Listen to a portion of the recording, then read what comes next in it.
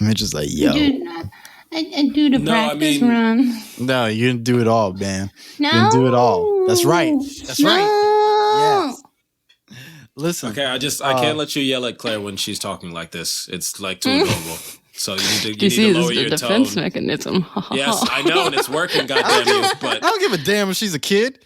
She better show up to work. Wow, I dream of labor. Goddamn. Well, okay, let's get the show started. If you're just tuning in. Wow. Don't step on our lead, Mitch. If you just tuning in. My name is Logan, and this is the Milk and Toast podcast. I'm here. I should just get a soundboard for Mitch. That's what I need to do. Yeah, for real. I'm here with my two best friends. Say hi to the people, Mitch. Boom, shaka laka, shaka laka, shaka laka, boom. No, you did that one before. Whatever. No, Fuck I have you. not. Yeah, What? you did it. Yeah, you I did not, you lying sack of shit. You said, okay, it was like a couple episodes you go, boom, shaka laka laka, hoo ha hoo. It's the same shit. No. I'm gonna be listening back to these. So if I find it, because I'm like 10 episodes behind anyway. So if I find it, say hi to the people, Claire. Hey guys.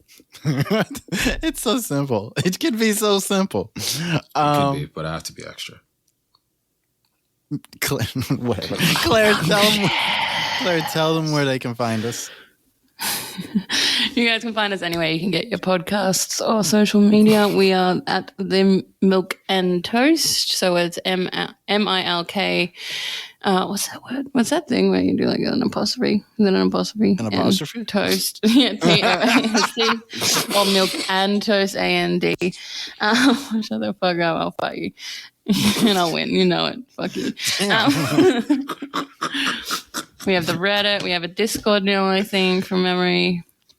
And then we have all your usuals like Twitter and Facebook and Instagram and all that good stuff. So come and give us a follow or a like or a subscribe and join the Milk and Toast family. Oh, also, we have an email. If you'd like to email us anything, even just questions, even just spam, I don't give a shit. Logan's the one who deals with all that, so ha ha ha. Wow, yeah. Don't spam the Reddit, though, 'cause that's my thing. And I won't know what spam to do because I'm like spam 80 and a 26-year-old. Actually, no, just let like, them spam. Save me. Any? I really do. Like, we get spam on like Instagram where like people are like share it with promos are us and shit, like, you know, like those weird shit like that, like it's like what they are, they're like promo scams and shit, and they're like music scams and promo scams, and then they like, because they follow a hashtag, they just like little piranha and they just latch onto whatever content that you're actually making, like real shit piranha. Yeah, and you have to like block them and shit. It's horrible. No, such is my life now. How are you guys doing today? This is a meme. At this point, this is a meme. Yeah, it really this is a meme. This is a meme at this point. I go, because every show, like for 20 shows, I'm like, how are you guys doing? And we make nearly the same face too as me and Claire. Be like, why the fuck you keep asking us that, bro? We depressed. Thank you, Claire. Like you, capitalism I wish we has had got video. us down. You know how polite it is. It's just polite to ask people how they doing, and every time. No, it's not polite because no. I actually have an argument for this. It is not polite to force someone into actually force someone into lying to you to say they're good because they don't want to have to explain to you why they're so depressed or miserable or upset. I have this problem with society. It's not just Logan. Like, I have this problem where it's polite. He's just part of the problem, you know. I have this problem where it's polite to push your expectations or like request things from people who can't give it to you, you know? It's not polite. Claire, I have That's not polite at all. That's the opposite of polite. That's rude. I have only one thing on that, because you are right. But the thing is, you're not supposed to have to pretend. That's where the problem comes in. Because you're supposed to pretend to be happy. They're like, oh, it's polite to, someone asks you how you're doing. And everyone gets mad when you answer them with real shit. When you like, well, actually, No. my 12th cousin committed suicide last night and I'm not really doing well. Could you help out? Because the polite thing to do there was supposed to be like, I'm okay. But I think it's fine as long as you could just tell people how you're actually doing. Then I think people don't want to be uncomfortable though. And people don't want to be uncomfortable, but they feel forced into asking you. Yeah. Because they want, they feel like it's impolite not to ask you. And then if you answer in okay. And if you answer honestly, like my cousin died or whatever else, then they're forced to feel like to be polite, to be there for you. And you never I don't ever want someone to be forced to be there for me. It's not polite. It's bullshit. Anyway. That is true. No, that is true. I think it's all just us because you're right. Like no one, there shouldn't be expectations on either end. If someone asks you how they're doing out of the kindness, if they're genuine and you give them a genuine response, it's their genuine decision to be like, ooh, like it's not rude if you're like, someone, oh, I'm sorry. Can I just give like the normie answer on this? Like we were expecting you to anyway, so go ahead. Cool. Like I care. Like y'all try to hurt me. I don't give a damn. What are you talking about? Anyways, I ain't trying to hurt you. My normie answer is basically, it's just pleasantries are not like a big deal. Like people just asking how you doing, not because like they want to know your life story. We're just saying, you know what? hi. That's what pisses me off, though. That is the normie response, and that's why I fucking hate normies. Normies go around in their little bubble of everything's fine, and no one dies, and no one has debt, and no one is destitute, and no one is about to lose their goddamn house, and no one has, normies go around in this bubble of like everything's fine. So therefore, if I ask you how you are, you should reply good. And that's where normies get caught. Well, not even that you should reply good, but like you just give like a simple answer and be like, "Oh, it's going, Fred." But why am I forced to give a simple answer if I don't feel that way? Say anything, shit. Well, I tried not to say anything, and it became a discussion on the And podcast. I stared at you, and I didn't say anything. No, this is different. You were like, "No, I was just being polite." This is different. We're not on the street. We're like on a show, and we have to like respond and like pretend we're good because people want to be entertained and feel good while they listen to us. I ain't never gonna pretend, booby. That's right, Claire. You let him know. Oh, sorry. Logan looked at me like, damn, Mitch. I figured you could at least be on my side this time. I'm like, Mitch. And I'm sitting here like, are you fucking serious, bro? I'm all about taking out the bullshit, bro. Like, how dare you, I'm real. All day, every day, I myself real. back so much for this show. I no longer rant about my hatred for the human beings. I no longer say Thanos is right. I no longer do any of that other really bad anti-establishment stuff. I have cut myself back as an acceptable amount. It's just like anti-human. I'm just mad. You were like, it was like, yo, I stopped hate speech. I stopped hate speech for you, bro. I did. And it's like it was the entire human race though, so it was cool. It was like Claire. I don't hate animals. I like trees. Bushes are cool. I prefer trees over bushes. I really like rodents that much, but I guess I hate them less if humans weren't having them around. Sorry, I'm talking myself. I'm sorry. I'm talking over you too. I actually wanted to talk to you, Claire, about this, whether it was on the show or not, that overpopulation is actually a myth. Like, it's not real. Like, you can Google it yourself. It's not real. It's not a real thing. We are not, like, as a planet, we're not overpopulated. We are, because we inhabit this planet with other living beings. Sure, there's enough room for humans, but what about everything else that lives here? There's room for them too. No, there's not. Why not? Actually, Claire, he's not coming from a like wisdom place. I've been seeing those cases as well. Yeah. But the point for me was never about talking about overpopulation now. The point was overpopulation is still something that can happen if you don't pay attention. But that's a real thing he's talking about. You could look into it. You don't have to take his word for it. In my lifetime, no, that's what I said. Google it. The world has gone from 3 billion people to 7 billion people. That is a lot of people. And that's not okay. There is animals dying constantly because of roads and houses. People are cutting down forests everywhere. This is what I wanted to say about that, though, which is the point Claire has is that humans are destructive, right? Because they are. There's too Because they many are, of us. right? It's not because there's too many of us. It only takes like 5 people to clear a forest. Like, it doesn't take that many people to, like, It's like clear out. 5's too many, but okay. That's still not. See, this that's is still not why the you're point. the villain. Like, you'd be like, fuck 5 you, humans dude. is too many humans, and it'd be like, who the hell are you? Like, If any other animal did this to us, it'd be killed in an instant. In an instant, we'd Termites. instinct it instantly.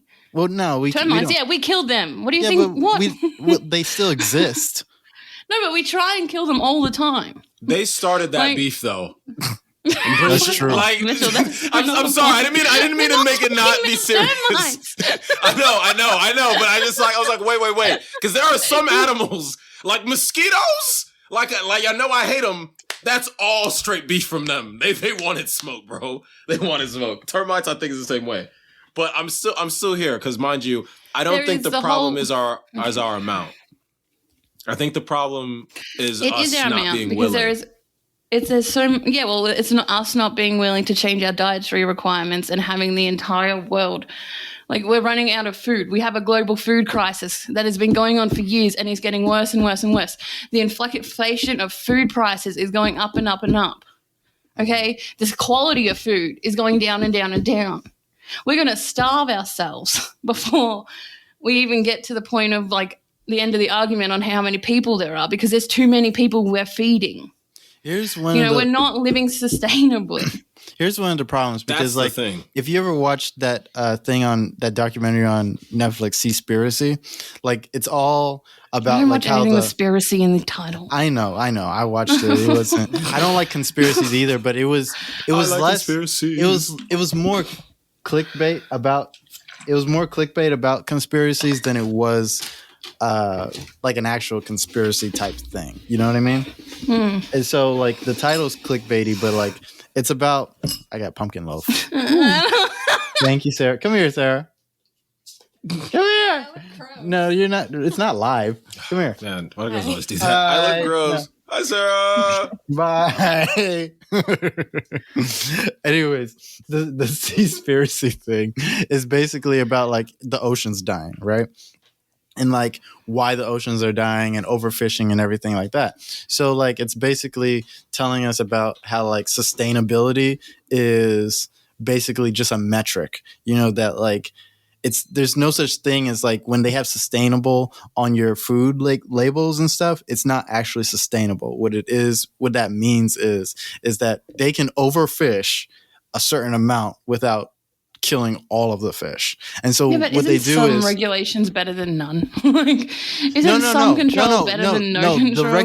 No, because the regulation that's set about sustainability in the ocean is basically, let's fish up until the borderline of where we can't fish anymore, where the fish would actually be extinct, and leave it at that, right? And so that's pretty much the problem. That's why, like, we have so much problem with climate change and everything else, right?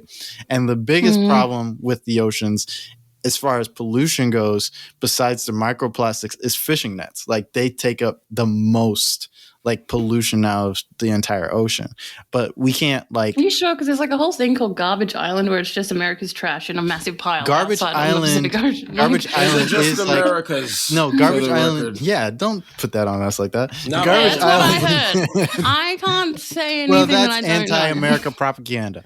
Anyways, Well, maybe Garbage don't be Island... America then. It's in the Pacific. Garbage Island is a problem, but it's not the entire. When you look at, like, how big the entire ocean is, like, even amount it's of not trash. great. Yeah, it's not great, but it's not the most impactful thing. It's just like one of those things we hear on the news and makes us like, oh my god, It's you know supposed what I mean? to, though. It's sort of like shock value. I don't really want to talk about this because I really want to look into this more. I don't want to do that thing where we fight like we do and then. And we don't know anything. I don't fight with y'all. But I do want to stand by, at this point in time, I stand by what I feel about overpopulation. But I am going to do the responsible thing, which I encourage all the listeners to do, and research it. I'm going to research a lot because you know me, I love to read. And I'm in the middle of a really good horror spot. thriller, so I'm annoyed I have to do some research because like I want to read my like fiction. I know, right? Right? Like, who wants to But fucking life go be read like a that. newspaper? Next time on the Milk and Toast podcast, we talk about overpopulation and if you should only have half a child. Oh, I thought we were going to talk about Claire's novel. That was also crazy that you said that out loud. But I thought we were going to have story time with Claire. No. Man, we're just talking about overpopulation instead. This is some old bullshit. This guy. So I get so mad at him, and then he does shit like that, and I'm like, why was I mad again? And then he'll say something else, and I'll be like, oh, that's fucking one. Y'all were mad at half a child? Really? That was great. No, I wasn't mad at you no, for that. I was I mad thought at you that for was bringing funny. this up and making me have to like change my. Oh, it was interesting and I like it. So, but we'll talk about it next episode. So that's something you guys can look forward to. if we get to it. Anyways, Mitch, since you're a trained actor, talk to us about shame and creative expression. I was just going about it. It just popped into my head as I was getting out of school today because I'm just like going through all this creative shit is happening with music and Well, all the what shit is- that I'm learning. What is the shameful part about creative expression? The shameful part about creative expression is anytime you're just trying to be creative and someone's like, I don't think I like it. And you internalize that and go, oh shit, I must be horrible shittards at it. Which is normal for like children and people like that. It's just, it's so horrible that that happens at all because the first step of any creative process, if you're just not naturally talented at it as some people are, is sucking at it until you're fucking good. Okay. And so it sucks so horrible that people are like, oh, I don't think that's really good.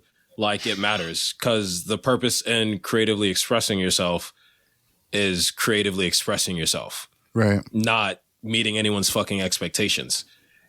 Good art comes from people who just do that. And then other people are like, oh my God, I wasn't expecting that because no one was meeting your expectations and you saw something for what it genuinely was and appreciated it. But then we get shamed, especially as artists, because, you know, your craft isn't taken seriously unless it's making like multi-million dollars, which is fucking horrible.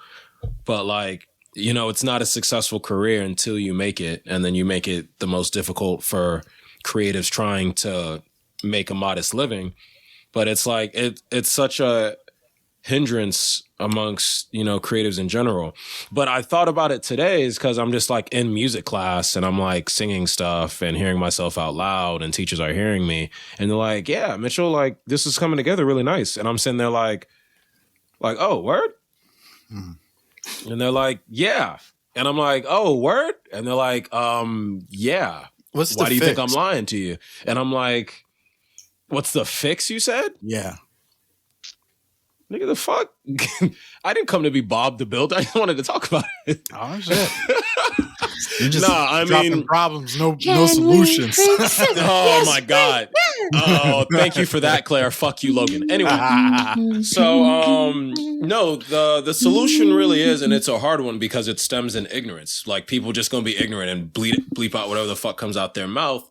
And it's not to say that there's a shame in that, but I feel like you got to learn to be a little bit more constructive than detrimental. Sure, you can say the truth and what you have to say, but there's always a certain way of saying things that gets it across in the right way to people creating. Why do we always seem to have this attitude of putting someone down rather than giving them advice for what they could do to improve upon?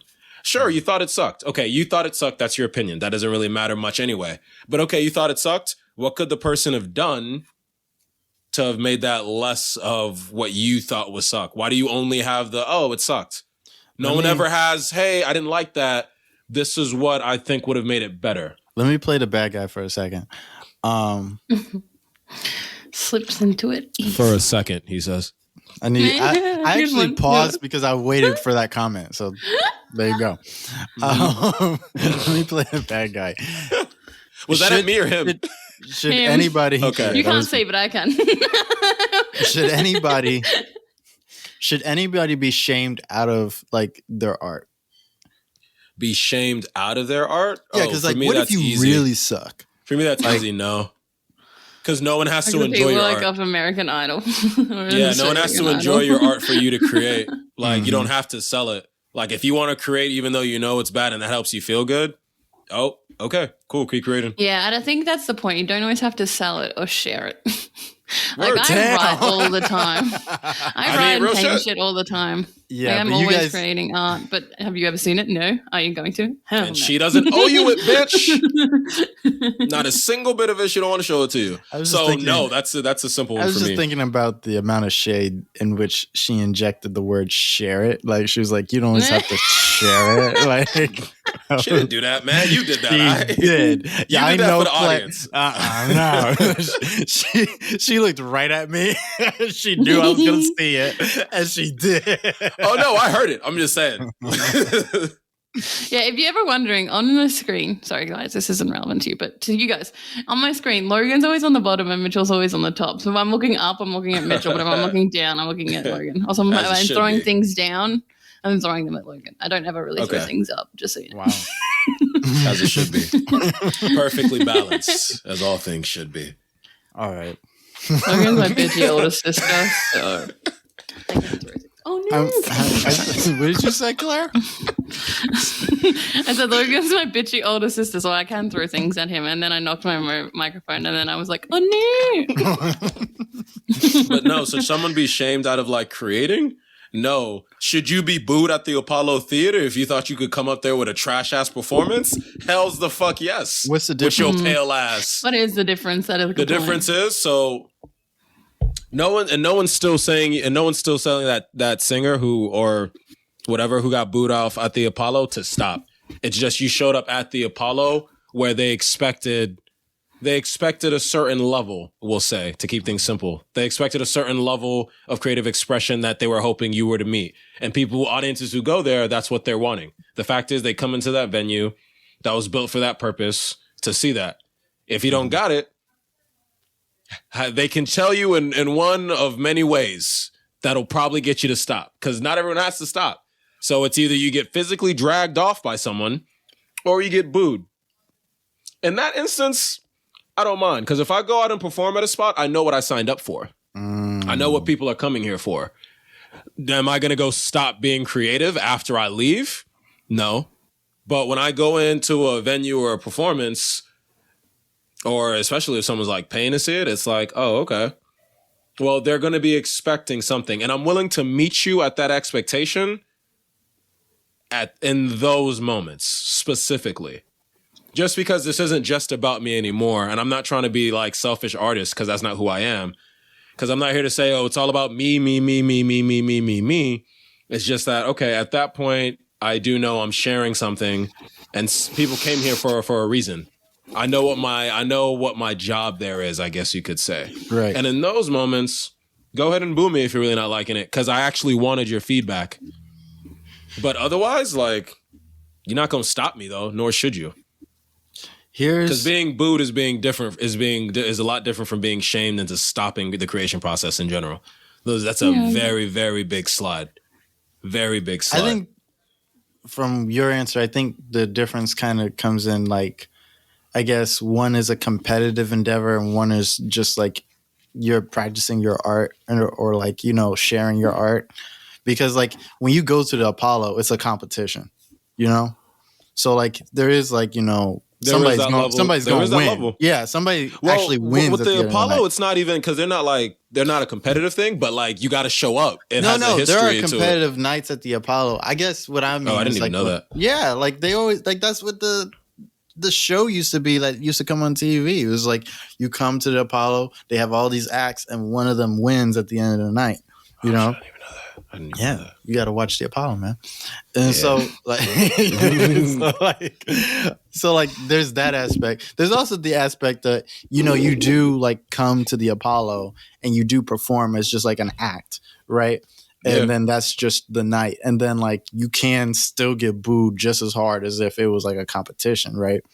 But like, on that stage, like it is like a competitive stage. Like it's a competitive arena where like the audience is almost like supposed to be a part of the act where they're like, we're gonna raise the bar higher than high, and then you have to meet us there, and it's not unreasonable. It's just like the bar is high. Like the people at the Apollo aren't unreasonable. They just want quality to happen.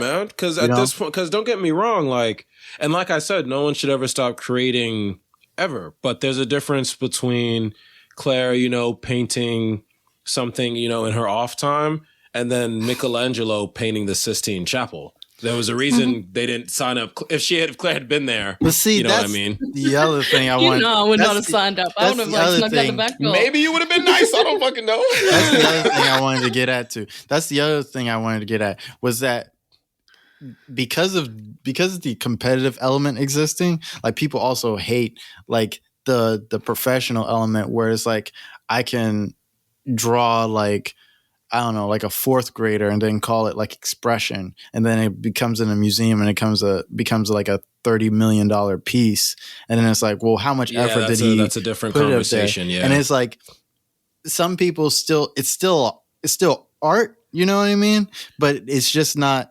It's not art that you get to criticize. It's art that somebody else criticized, and then they thought it was interesting, so therefore they put it up, and that's why it's valued that way. That's like where the subjective and objective like mindsets of art meet, because it's like the fourth grader who technically did that was doing art, but it's like, should it be in the museum? And everybody's like, the objective part is both are art. The subjective part is, oh, why can't we put the fourth graders one in the museum then? It's like, I think intention matters. I think in that case. Did you guys ever hear about? So that just reminded me of something about this whole conversation. Did you guys hear about the 6-year-old autistic kid who was painting these really like abstract, like Jackson Pollock level paintings? Like they were really abstract, but they were really cool. And all the person who was selling them said to these buyers and everything was that the person who painted them was autistic. They never said it was a child. So all these people are buying them, and then everyone wants to meet the artist. So the guy who's selling these paintings goes to the mum and says that they want to meet the artist, and she's like, yeah, no, I think that'd be good for him. So they bring him out, and everyone cracks the shits that it's a child, because all of a sudden these amazing abstract paintings aren't, what they are, which are amazing abstract paintings, but childish. They start seeing it in this totally different light because a child painted them. And I just think it's absolutely ridiculous because, art is supposed to be all about perception. But, sometimes people will say that this one particular singer is an amazing singer. She has the best voice in the world. He has the best voice in the world. But another person thinks he's absolutely shit, and one person might spend forever trying to get signed and never get signed. And then all of a sudden someone will snap them up, will love them, and they'll become incredibly famous. It happens all the time. So I think art in general is based on perception, and you shouldn't, boys and girls, and tell your children that they shouldn't, wrap themselves up in someone else's opinion, I think at the end of the day, people are either going to like your art or they're not going to like your art. They're going to relate to your art, they're not. They're going to feel your art, they're not. That is very true. At the end of the day, I think it's still art. It's just whether or not, Should art be a business then? Nah. No, I don't think. I think it could be, but I don't think it should is, be. But I don't think it should be. I think it could be. I think it should. Well, I said the opposite. I think it could be, but I don't think it should be. Because this is where most of the problems are coming from. Business always fucks everything up if you ask me, but that's a separate conversation. I mean, this is hard. This is a hard fucking topic. I said that was a separate conversation. You choose to keep that thought going. That's on you. I'm not even kidding. Well, because this actually ties into a lot of things that we want to talk about later on in the show. But also, excuse me, I got pumpkin loaf mouth. Look at you, Mr. I decided to eat while on the show. What'd she put in it, by the way? I wanted to ask. It seems like she put chocolate, some like walnuts, and I don't know, something else. It tastes good though. I don't know. No, I like pumpkin like everything. I'm good. I like pumpkin everything. Pumpkin? Yeah. And loaf? I was going to say like flour and shit, but you just came out here with loaf, and I was like, yeah, no. Perfect. It's bad when Mitchell's like... Yeah. No, I was just wondering. It was like wondering. I was wondering. Mitch is so logical that he's like, loaf of what? Well, no, I heard you say pumpkin loaf. I want to know what's in it. But with the last statement, you was like, it's pumpkin. And I was like, what else, nigga? Like, damn, what's the recipe? I want the recipe. It was my point. Well, that's what that face was. Pumpkin. Nah, y'all wanna talk about I Don't Dream of Labor, or you want to keep talking about this? Well, I don't want to get into the business part. That's a separate topic, and there's not much else to say. Because the business part to me kind of leads up into that, but the problem is that like I get where you're coming from, Mitch, but the business part also kind of leads into that because like the reason why an artist tries to go independent and make money from their art is so that they can do their art full time, and then they don't have to like, make a living like working at a coffee shop or doing whatever else. Like Not that there's anything wrong with that. Well, not that there's anything wrong with that, but that might not be somebody's dream. Right. Exactly. So therefore, we kind of have this notion that because you dream of something, that that should be what you work at. Claire, are you okay? Claire's face. This is like the third thing she's dropped today. Like, Everything is fine. Please continue. There's like a spirit of clumsy in her room right now, and I'm just worried for her safety. I'm fine. I just stay sitting. Okay, all right. Anyways, listen. Why not? We're ahead of schedule, anyways.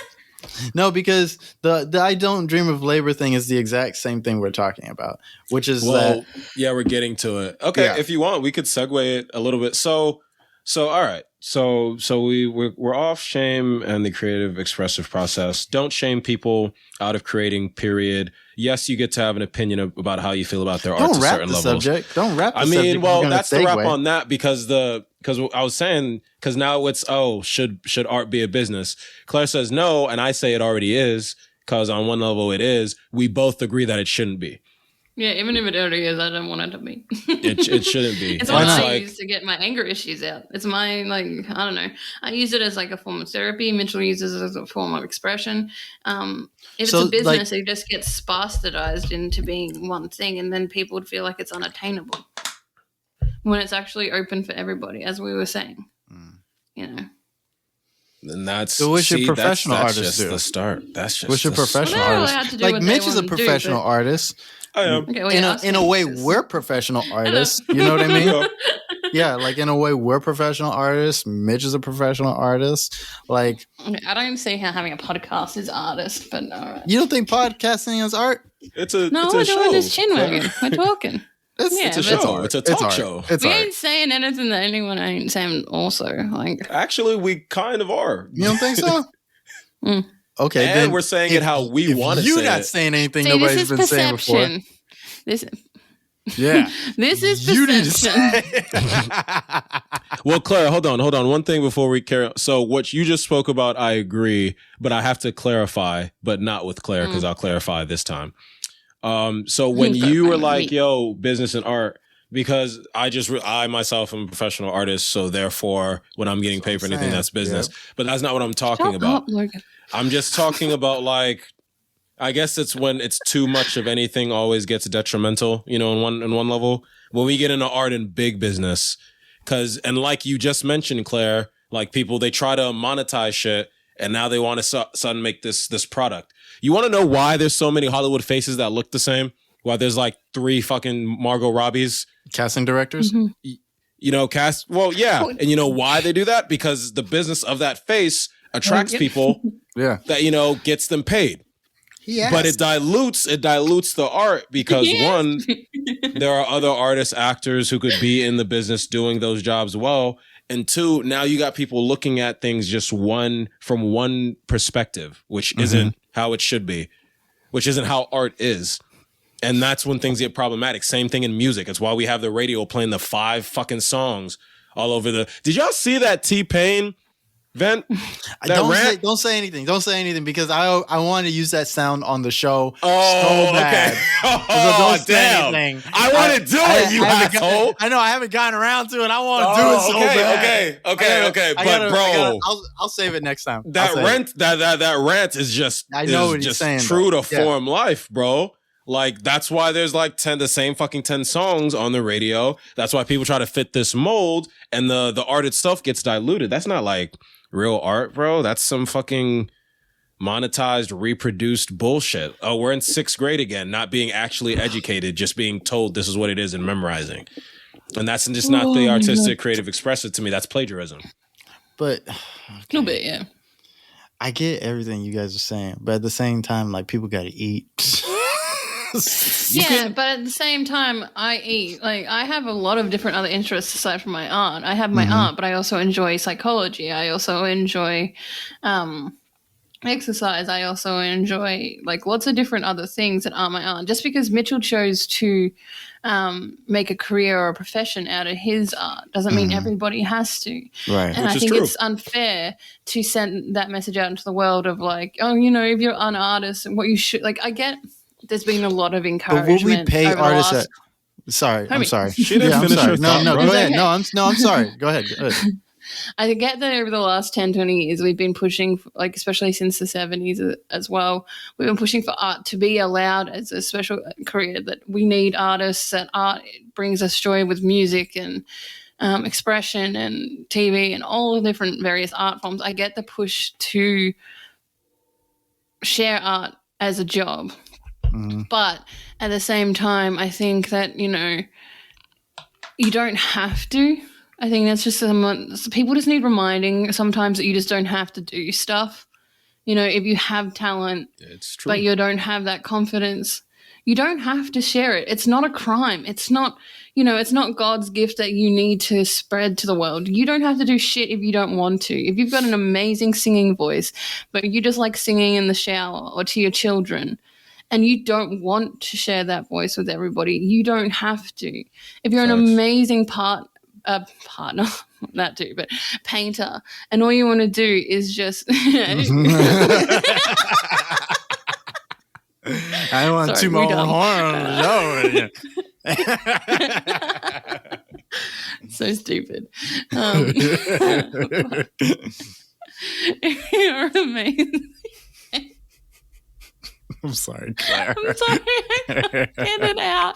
I'm still just laughing at you. Like, oh my god. Anyway, you're an amazing painter, but you don't want to share that because it's all just like releasing emotions, or it's too personal or private. Like that's the big problem I have, is a lot of the stuff that I paint or write is super like, sometimes it's really dark because it's some of the darkest parts of myself, and it's not being made to be shared with people because I'm getting that out of me.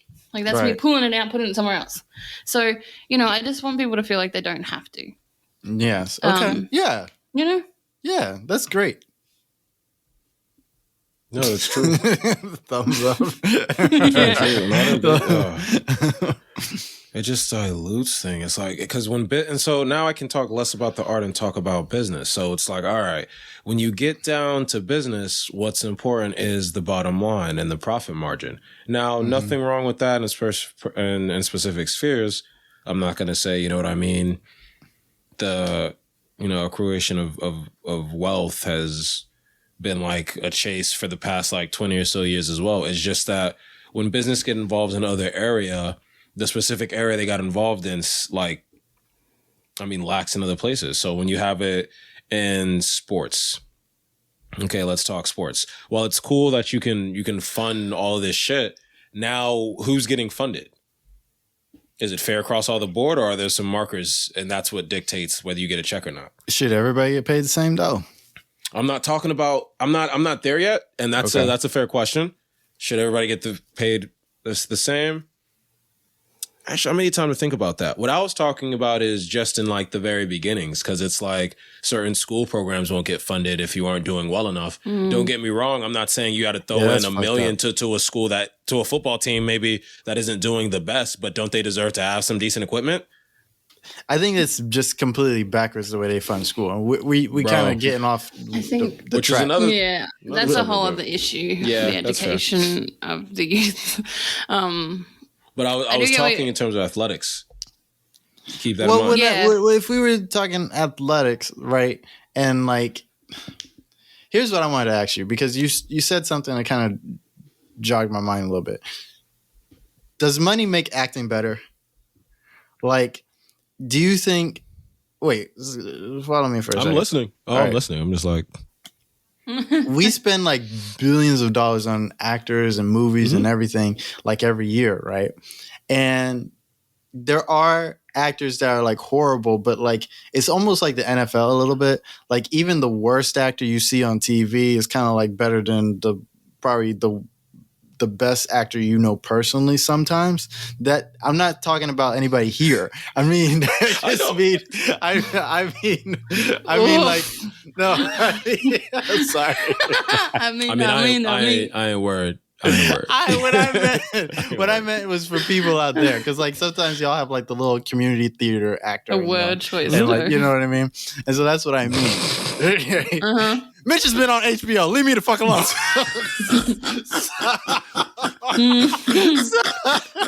Okay, Logan, why you get so defensive? Anyway. So that's what I mean. Like, does money make it better? Because like, you sure that's what you mean? No, money, no, like, absolutely not. It does. I feel like maybe I'm wrong. Correct me if I'm wrong. But doesn't money kind of like shift it out a little bit? So we're not watching a lot of bullshit on TV. My answer is just because so where we're getting is different. Your original question was, though, does money make acting better? And the answer across the board is phenomenally no. It might be able to make you look better. No, I don't mean by the individual. I mean like acting as a whole. Like, does it make acting better? No, because acting and great acting, you don't need any money or funding. You just need yourself, time, commitment, and understanding. But I'm talking about the standard. I'm talking about the standard. Has money raised the standard of acting? Still no, but it's tricked people into thinking that if I'm making $1 million, that means I must be the best actor ever. Now let's look at Sylvester Stallone. Right. Nothing against Sylvester Stallone. There's nothing against him. Stallone, Claire. I didn't say nothing. There's nothing against. Wasn't he the one who made that really racist Asian energy drink? Wait, what? Hold on, give me a minute. All right, go ahead, Mitch. Well, I hope no. So we have Sylvester Stallone, and he's got some hits to him. You know, and in film, a director can do things for you in film the way a director can't do for you in theater. Which they should. That's their job. Which they should. That's their job. But nonetheless, like Sylvester Stallone isn't an actor that I would be going to for like complex character acting and things of that nature. That's not the position he tries to play, or role he tries to play. I don't know about For me, I wouldn't, depending on the role. But like nonetheless, Sylvester Stallone posed. Rocky's not a complex character, man. And see, the thing is, no, I'm not gonna say much there because I still haven't even watched those films. Still haven't even watched. I'm just those saying, films. watch your mouth. And I'm saying, because like that kind of just hit. I'm not gonna get into that. The point is, Sylvester Stallone is still, when he pulls up at a place or he pulls up to do any production, he's gonna be like, "Oh, I'm Sylvester Stallone." That's $1 million to me. That doesn't say anything to his acting credit per se. That's just the credits he's amassed over his career, which he's been lucky enough to get. Good on him. But if we're just talking about the acting, like the money doesn't mean anything. You know, I would, if I had to pick, in terms for like acting, like acting the way it means to me, if I had to choose like Sylvester Stallone or what's his name, Christoph Waltz, who was and he was in Inglourious Bastards. I believe his name is Christoph Waltz. Yeah. You remember him? He was in Django. He was King, the shooter. He's a German guy. And if you're like, yo, we need someone with some serious acting chops, Mitch, which one do you pick? Christoph Waltz most likely is being paid less, but if I'm needing like someone I think can play the character to the best of its ability, I would pick Christoph Waltz. I wouldn't pick Sylvester Stallone, but Sylvester Stallone's getting paid more. And that's just one of the easiest examples in terms of like how the money. Is he getting paid more than Christoph Waltz?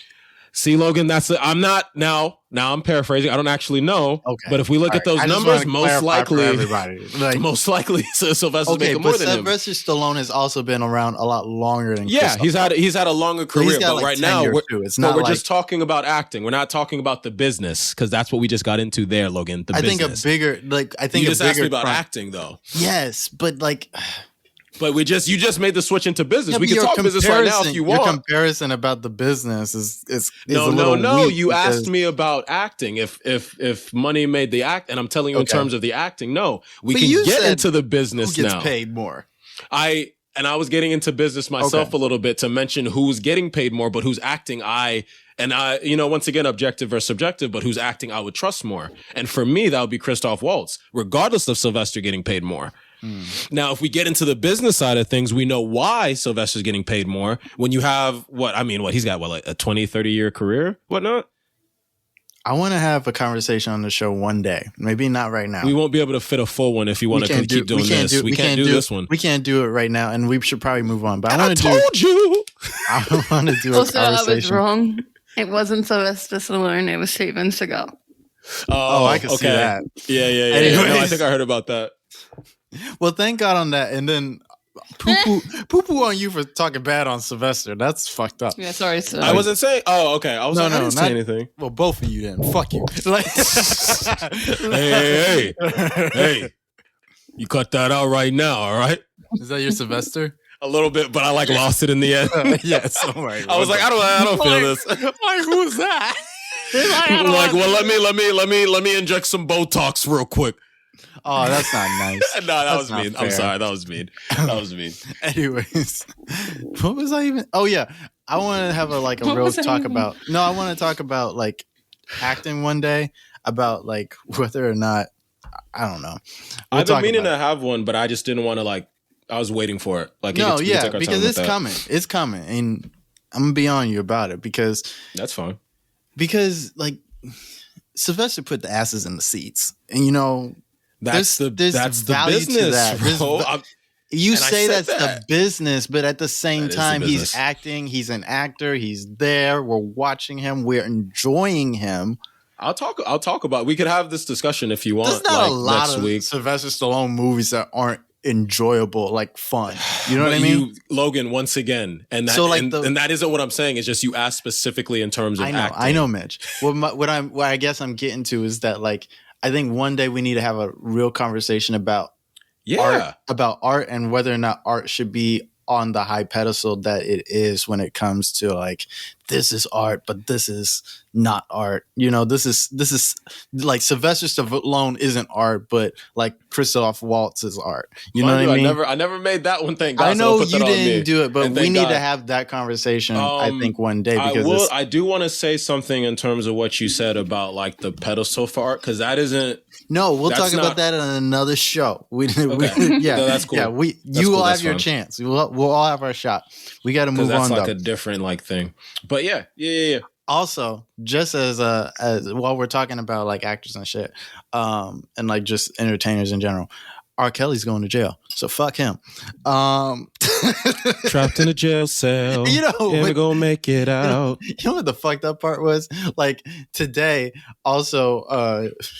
This is how I know we live in a simulation. R. Kelly. Oh, don't say that. Don't do that. We do. Because R. Kelly goes to jail. And then the headline today is Bill Cosby's I think the federal prosecutor railroaded him. And I'm just we live in a simulation. Nothing is real. How did that just, come on. That doesn't make any sense.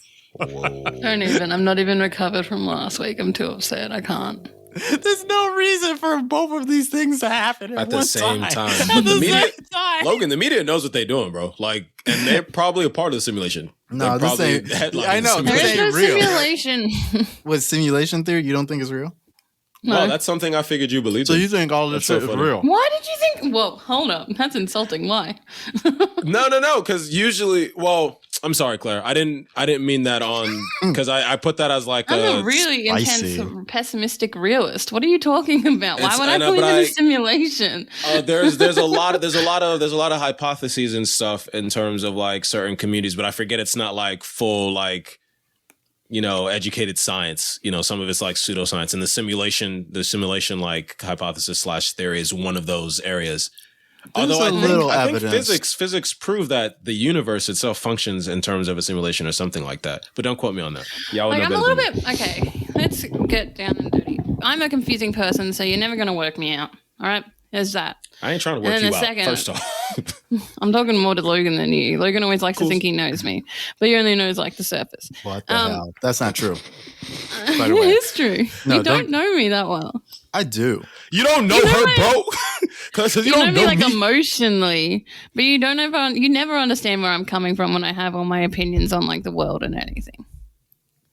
Wow. I like y'all how could see Logan's face. She goes, it wasn't wink. It was blank stare into the camera. I don't know her deeply, but I know her emotionally. What the fuck?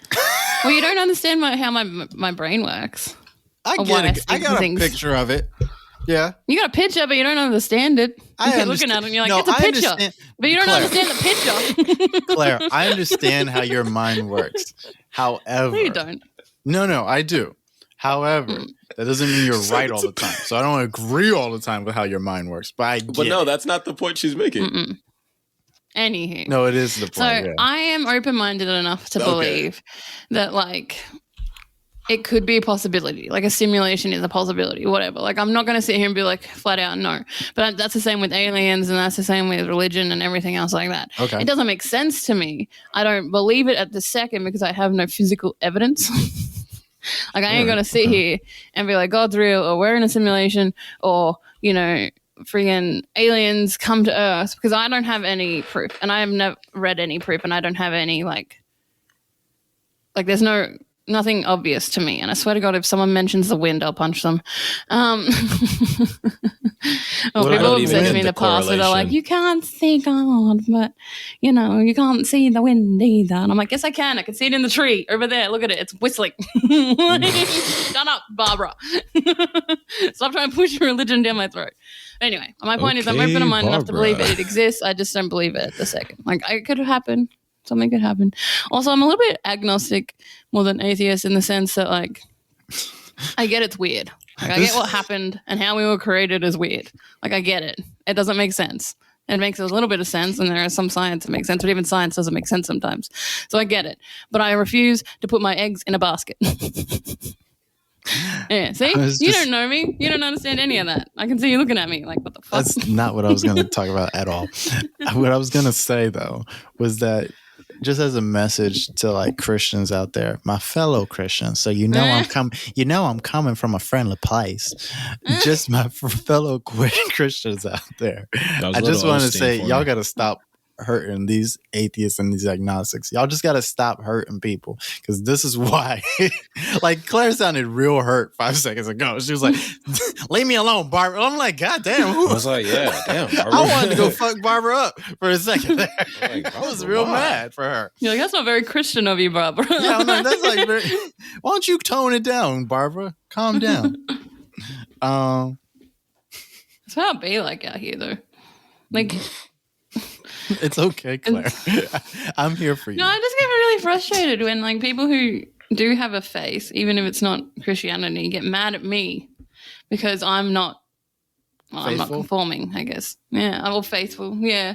Like sometimes you get annoyed at me because I'm just like, fuck on. Yeah. I only get annoyed at you when you like when you get annoying. Like you want to ask all types of weird questions. I'm like, my dude, this like explain the theory of relativity to me. You know what I mean? Like you guys I can't, but Ben can. That's crazy. He's so smart. I love him. That's great. But like my point is like relativity. People ask like Christians and like faith believing people, and sometimes it is Christians' fault to like explain God, right? Which is like if a being exists like that would be like the most complicated being to ever like try to explain. And you want like little Debbie from Winn-Dixie down the lane to like explain like good luck. Debbie, like good luck. Finish sixth grade. Yeah, who did? When I was walking past doing my walk of shame. Little Debbie should have kept her mouth shut and not been a judgmental bitch. Little Debbie didn't finish sixth grade and is ignorant. Strike me down,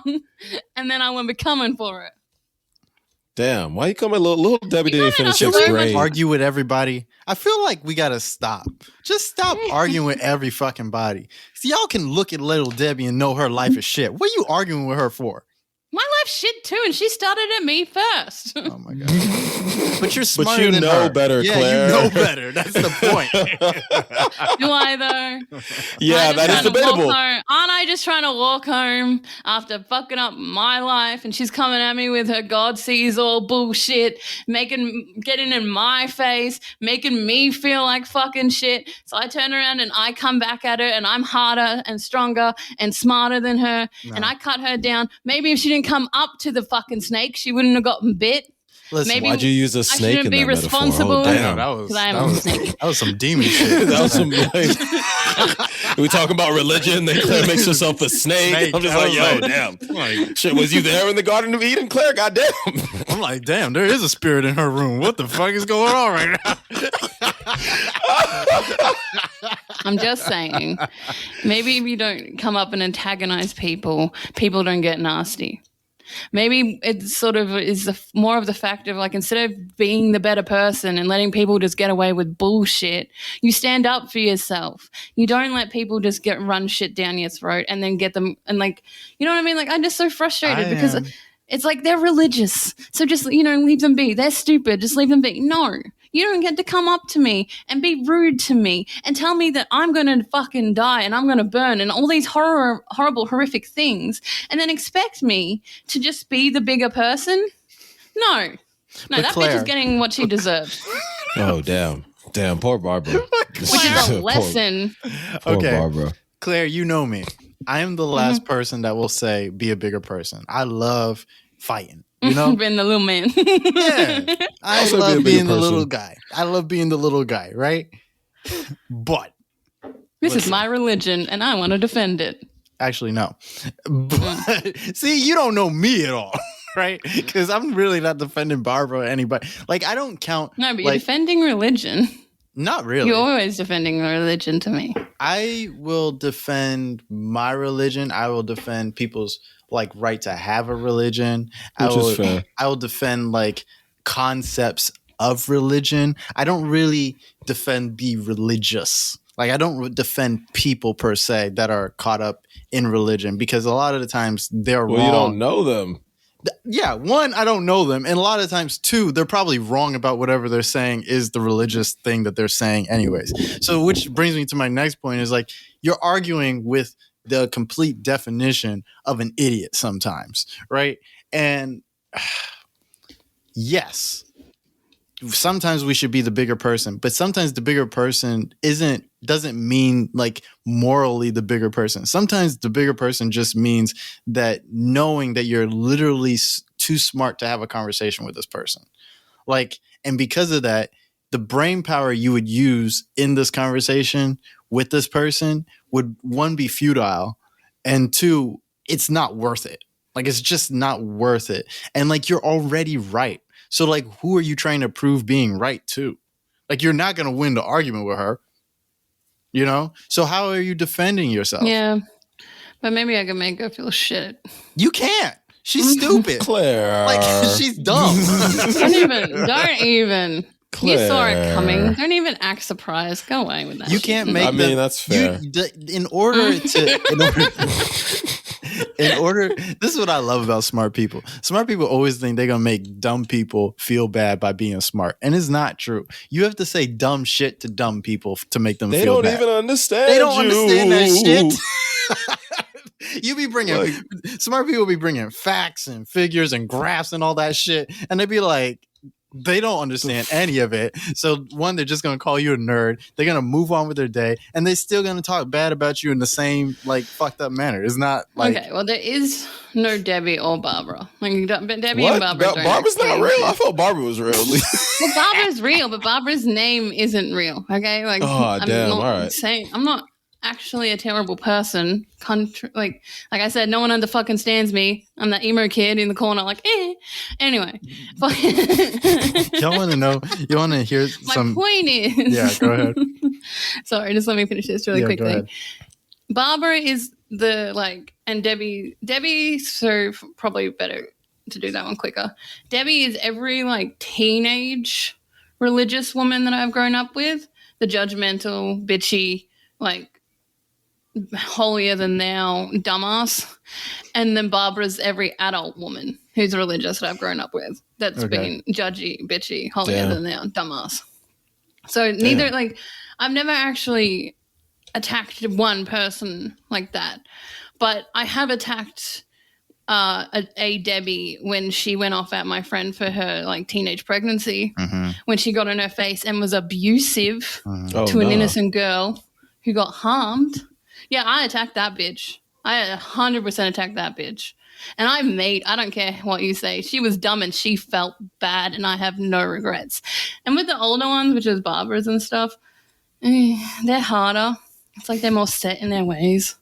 Like because they believe in themselves. They're like, it's crazy. I don't get it. Crazy. So that was hard. Claire's like, it's crazy. They like love themselves and believe in themselves. Like, it's disgusting. I hate it. Who the hell does that?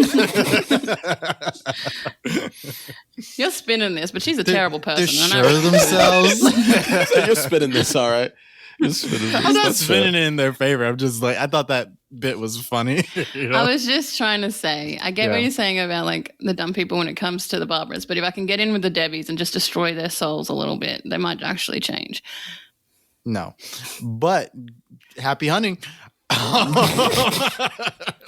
Well, I guess we'll see in 5 to 10 years, Claire. All right, back to you, Logan, with the weather. Yeah. You want to hear like some karma that just happened to me because I was talking about dumb people? I tried to write down the topic.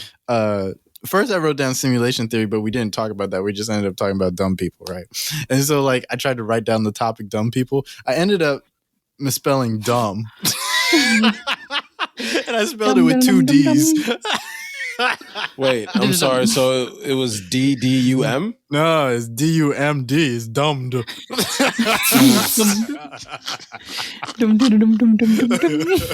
Dumb. So that's what I get. That's what I get. Dumb. This is where we're at now. Go dumb. Tumble wouldn't go. Sorry, that's what I felt with that. Let me talk about labor for a second. All right, I dream of labor. Claire thinks this is going to be a boring topic, and she groans. Why do you think it's going to be boring, Claire? Oh, you did? Because I live labor. I don't want to talk about how like rich people get to live in, like all we ever do is talk about rich people and their fancy cars and their fancy houses, fucking complaining about how labor sucks when... We don't talk about rich people that much. I don't feel like we do. The rich, the Met Gala, fucking, I can't remember, but I brought one up at one point. Fucking, like Kanye, fucking, we talk about rich people all the fucking time who are complaining about real world problems and getting mad at it. That's all we do. Yeah. I guess that is fair. I'm Damn. over it. It's like wanna, Logan's favorite topic. I just want to let everybody know this moment is like my favorite moment on the podcast, like ever. Like ever. Yo, that was a really good explanation. You're right. I wasn't even seeing that because in my mind I was like, those people don't actually. Well, anyway. Good, nice point out. Talking Claire. about don't dream of labor is annoying to me because again, it's just another like, oh, that's annoying. Another rich person who has never sweated a day in their life, has never cleaned out an oily fry pan, who's never wiped a floor, who's never stuck their hand down the toilet, is saying, I don't dream of labor. Like, that's just annoying to me. I don't want to talk about them. I'm over it. Can we do something about it, or can we stop talking about it? Because I'm done. I am so glad that Claire Put me said to bed. it. I'm so glad that Claire said it that way because that's probably my whole feelings on like the I don't dream of labor trend or whatever, because it is just rich people talking about how they don't dream of working and they don't want to. And they're not rich. They're just like middle upper class. Well, they're richer than us. That's for they're fucking like upper sure. middle class, you know? Yeah, they're like... Don't talk to me unless you know what it's like to stick your hand in a toilet and for the water to come up and almost cover you in shit. Okay, don't talk to me unless that's happened to you at least once in your own home. Don't talk to me or something equivalent. Like work? You can have something equivalent. I was like, I'm not cleaning nobody's toilet. I would tell y'all a story right now. They used to tell me that's my point. They used to tell me to... I probably shouldn't tell this story, but they used to tell me to clean the toilets at one of my jobs. I literally took the mop right over the toilet. and left. Like, I would not clean a toilet to save my life. I'm not doing it. I wouldn't do it. I My name mean, is I don't dream of labor. You go over in the corner. And you know what? Here's the fucked up part. Like, some people would be like, Logan, ill. But like, don't say ill, because the only reason you're saying ill is because you probably sit your bare ass on a public toilet. Like, don't. Like, you nasty bitch. Like, well, if the toilet's clean, it's not a problem. on a public toilet? Yeah, if you clean Depends the on public how the toilet, the bathroom problems looks. with the public toilet is. Y'all eyeballing toilets and just sitting down? I mean, usually I'll give. I mean, it depends. The bathroom has to be clean in the first place, otherwise it's not being I used. have to nasty. sit down always. You know that, right? I'm a female. I Put can't down toilet squat. tissue something, you know? You got the... I put down like 5 layers before I sit down in a public toilet. That's That fine. is such a waste of But, like, so resources, much, Logan. just Oh so my much. god. That is such They a should waste. come up with a better thing. I'm sorry. I But mean, everybody's I only- ass sitting down on the toilet. People got crabs, herpes, hepatitis, all types of shit, and they just Well, like don't shit in smearing public, it then. all That's over the not my toilet. problem. Wait, you can't. Well, You have anyway, the option. despite the fact that some of those you can't catch that way anyway. You can no, you can catch hepatitis You from a can toilet catch seat. crabs from a And toilet crabs. seat. But you But I don't know you about also other said STIs. herpes? Yeah, I Yeah, don't you know can't about catch herpes. you can't catch herpes from a toilet seat, but you can Yeah. catch you can catch hepatitis and you can catch crabs from a toilet seat. You can catch crabs. I don't know about Word. For herpes. all you bare assers out there. Which is why the usual Just frame shave, of guys. mind Just is shave. like you have to hold it till you get home, or if you do, you have to check that toilet and determine You whether you're can't going to eyeball stomach a stomach hepatitis. ache. If you come to my no, but work you can wipe in down Australia, fucking- What are you I talking promise about? the toilets are spotless because I make sure they are. Yeah, or you like get some water and some soap. Dream of labor, baby. You dream Get of some water labor? and some soap, and then if it's really bad, you know you have to just hover above. You don't even touch ass to see. You just got to hover above a little bit. I just used to handle no. business. I used to do the hover, but like I'm older now. My knees are bad. Like Can we not? I can't Megan Thee Stallion it over the toilet seat no Yo, more. man, I'm just saying. Just Like, throw my knees shit You in just got to public. watch out for the splash. And that's the other thing. When you sit down, like when you're like hovering, like the splash like comes up more when you hover. Like, so like you end up doing this. More You end up like doing this that game where you try to do like a bunny hop. It's out Yeah, you got to go. like, you gotta- yeah. Listen, hey, I'm just saying. I haven't had to use a What the fuck are we public toilet talking in the about right longest time. You making valid Anyways. points? Yep. Carry on. Anyways, I'm glad Claire said that we talk about like rich people all the time, because like we do, and it's a problem, but it's also part of the I don't dream of labor trend, which is that you got these YouTubers, right? They make like high ass salaries. They'll make like $60,000 to $80,000 a year. Get a YouTube channel, trying to become like a lifestyle blogger, right? And then there's this trend where they're like, oh, I don't dream of labor. And they say, oh, I don't have a dream job and all this and that. And they like, when you listen to their whole, working their dream job. yes. And when you listen to like their whole 20-minute YouTube essay, and some of them have multiple of them. When you listen to these, yeah, Logan was suffering during the research. You listen to these people talk, right? It's so horrible. It's so bad because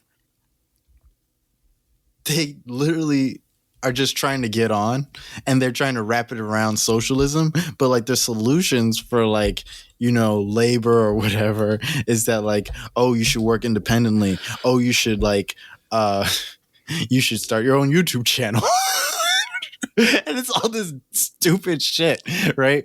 And it's like this well-meaning, it's like wrapped in this well-meaning socialist package, you know? Okay. And the fact that like somewhere there is like a good, like, and we've talked about it on the show before, like, you know, like how exploitation of work and like all these different things. However, we also talk about exploitation a lot.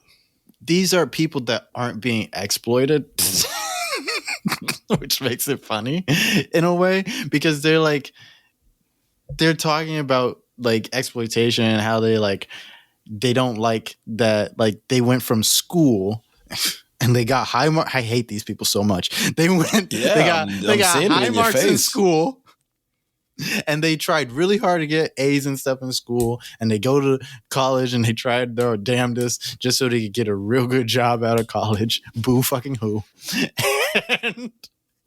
And the problem is that they've been disillusioned with the world. They're like, oh my God, like, did you know that there's problems with like the world and labor and exploitation? Yo. Like, that's the gist of it. Like, they sound so much more coherent than what I'm making them out to be. But like, that's but it's the so gist. much more frustrating. Yeah, it's very frustrating and true. It's just frustrating because like people have actual problems about being exploited at work, and they don't make $60,000 a year at their job.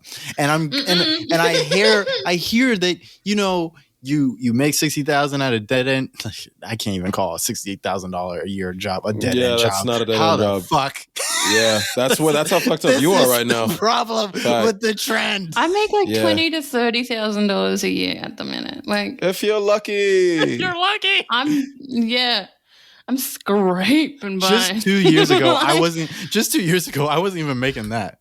And then I just made slightly above that when I made manager at my last job. So, Right. Like, is that law? like I was in charge of other people. Like, and still yet. right? Couldn't break 30. Right. It'd be a struggle out here, man. So these assholes, come on. I don't want to name them, but I should. But these assholes, come on. Don't do that. Why? Give them Protect them. No, it's not about protection. Damn, it's it's now like you giving them Mitch is my publicity. angel, and like Claire's the. Oh no! She's in red right now. Like, I'm not on real. their side because I care about them. I'm just saying now you're giving them FaceTime on our show and people, and like you're spreading. Just saying, like. You're not hurting Lynette Adkins. Like, you're not. Her last name is Ekins? Adkins. Oh, Adkins. I was about to say, bro. Claire's like, I won. But she's Adkins. not. She was making a lot of money, and she made the video anyway.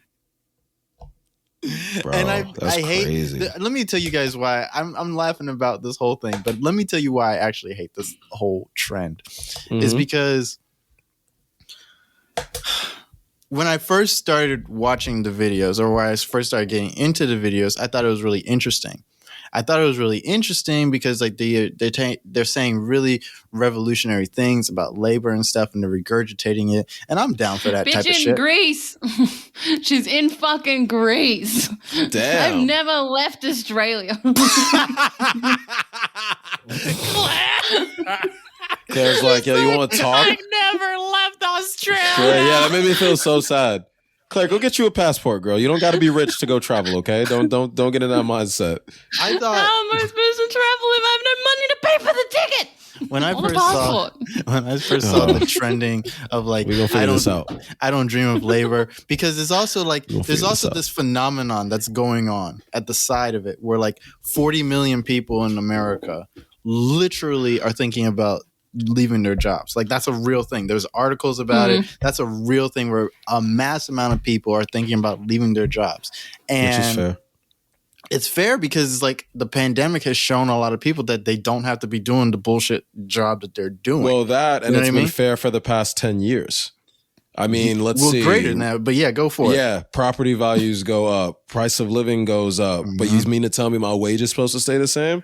Yeah. Bitch, I should have burnt this motherfucker down like 20 plus.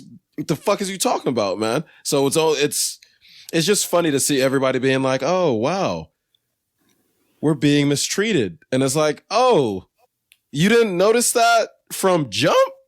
Well, they didn't notice that because it wasn't them that's being mistreated. Treated, right. And so Yeah. this is the same thing with these fucking YouTubers, because like you're not at a bad, you're not, you know what? I used to come to a job where like the head person in charge was probably the only person that was getting a salary, and that probably wasn't shit, right? But like I would get in arguments with this person like almost every day. But the job was so horrible that he couldn't fire me. Like, so like the job is so bad that he can't fire me, because if he fires me, he has to be down for like 4 weeks because nobody wants to work for as low as a wage I was working. Logan, you know took 20 minutes more on your break than you should have today. You know, it'd be really nice, pal, if you just came back in a little bit earlier. Logan just walks past. Look, Logan probably gives him one of these. And then just walks away. No, what I would have said in that situation, Mitch, I'm glad you would say that. Let's do the role play. Oh, do you want? Okay. All right. Yes. This is something you should not do. But this is what happens when you're indisposable. All right. So, hey, Logan, pal. Hey, listen. You know, hey, I'm your homie, man. I'm your homie, pal. You know I love you, man. But you keep coming in like, 20 minutes extra after your break. You're taking like 15-minute lunches. 50, you know what I'm saying? Like, it's clock time, you know what I mean? Maybe we could get you working on schedule like you're supposed to be, huh, pal? Do me this favor. I mean, I thought I was doing y'all a favor anyways because y'all don't pay me for the lunch, so I was kind of helping you out by coming in a little later. Hey, Logan, hey, come on, Logan, you don't have to be like that, buddy. Come on, man. Hey, you keep working hard. Eventually, we'll move you up, man. You know what I'm saying? We get you like a 15-cent raise. Yeah, this conversation's 10 times funnier if you imagine Mitchell as a white manager too. Oh, you weren't already? That was the point. It's actually funnier imagining Mitch as he is a little bit. Damn, I wasn't white voiced enough. Now, man, I've been in Brooklyn too long. Mitch was actually a lot nicer than what I would go through. Yeah. Because really, it'd be like I come in like I remember I had this. I come in like a minute or 2 minutes late, and then I got to have an argument about that. Okay. Yeah, me too. And my thing is, you're not going to fire me for a minute to 2 minutes late. You're not going to fire me for a couple of minutes. But at the same time, you want to have the argument because we're at this low ass level where stupid shit like this happens. You know what I mean? Disrespect my power, okay? There's a hierarchy here, all right, buddy? All right, bucko? Okay? And I want you to understand that 2 minutes late means something to someone who's been waiting 2 minutes to get off, all right, pal? And I'm like, yeah, you could have just left, pal. Like, that's why I can't work jobs like this anymore. You know what I mean? I don't dream of labor. Okay, Lynette, I don't.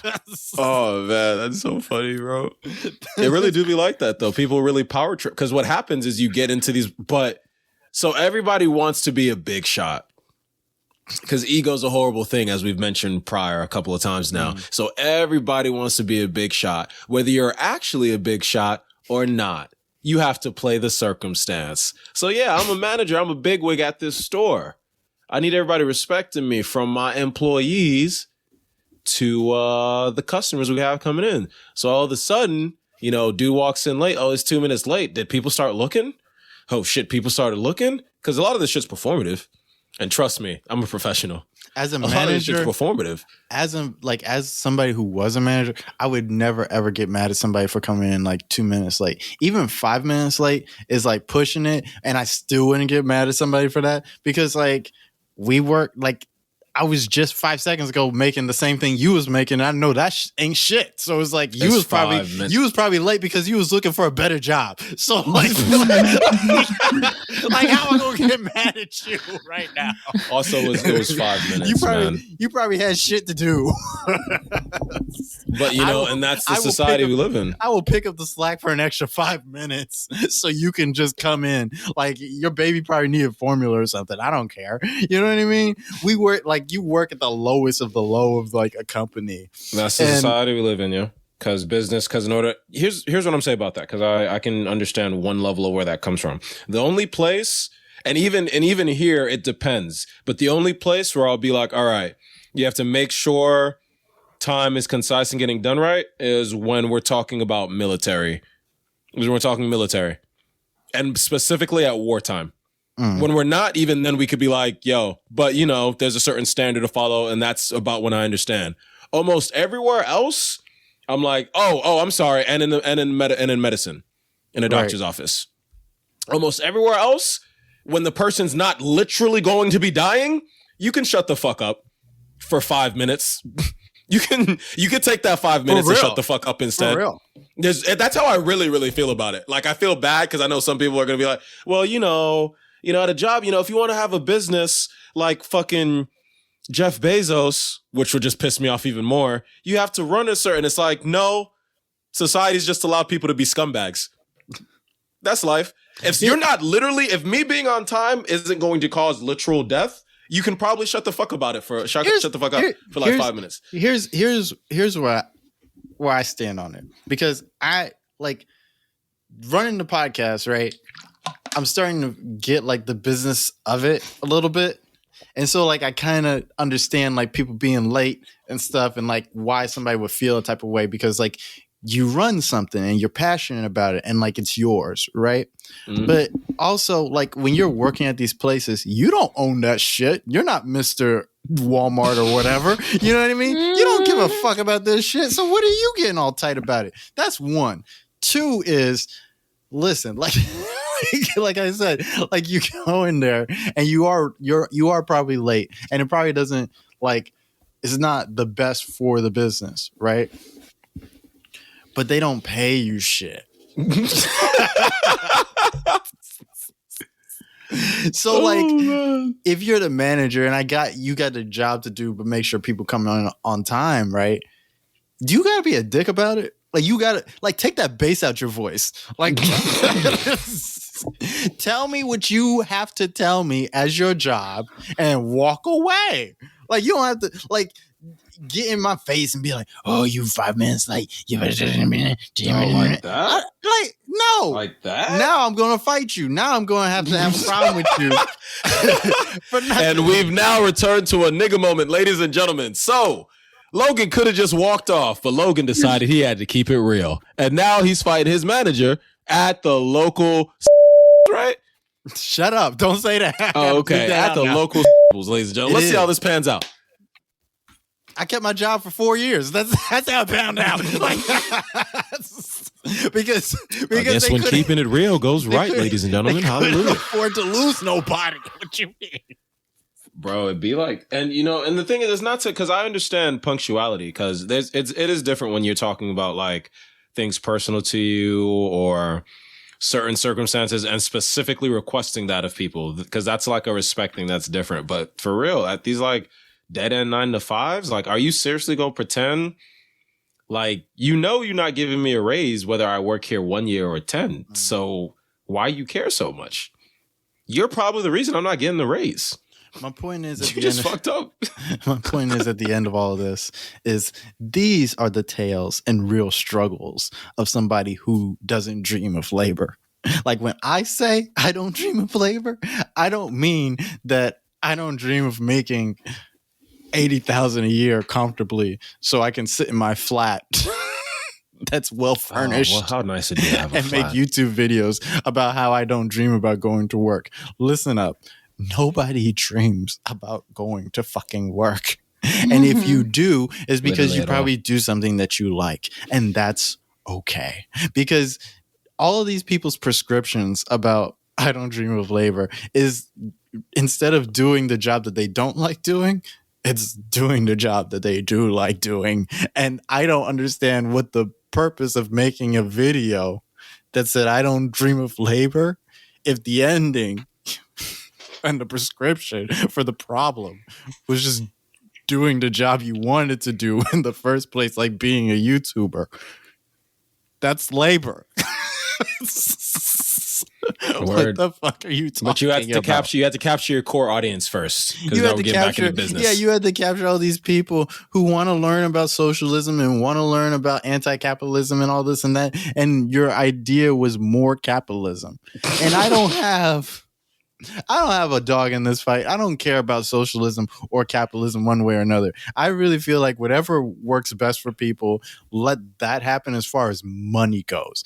Just pay everybody is my thing. Pay everybody so that they can like sit at home very comfortably and talk about how much they don't dream about their job. You know, that's all I want for everybody. right? Facts. I don't care if you got to do it through socialism, capitalism, feudalism. No, don't do it through feudalism. But like, Probably not the best option. But like something, you know what I mean? I am for something. Like if I ran for president and they were like, "What do you think about economics?" I'd be like, "Something. Just give us something. Like, give us something to help us out. Please help me. Like help you. Like something. Bro. You know what I mean? I don't But it's give a all shit. like it's all and the time thing especially because it's all just descended from the same shit in one way or the other.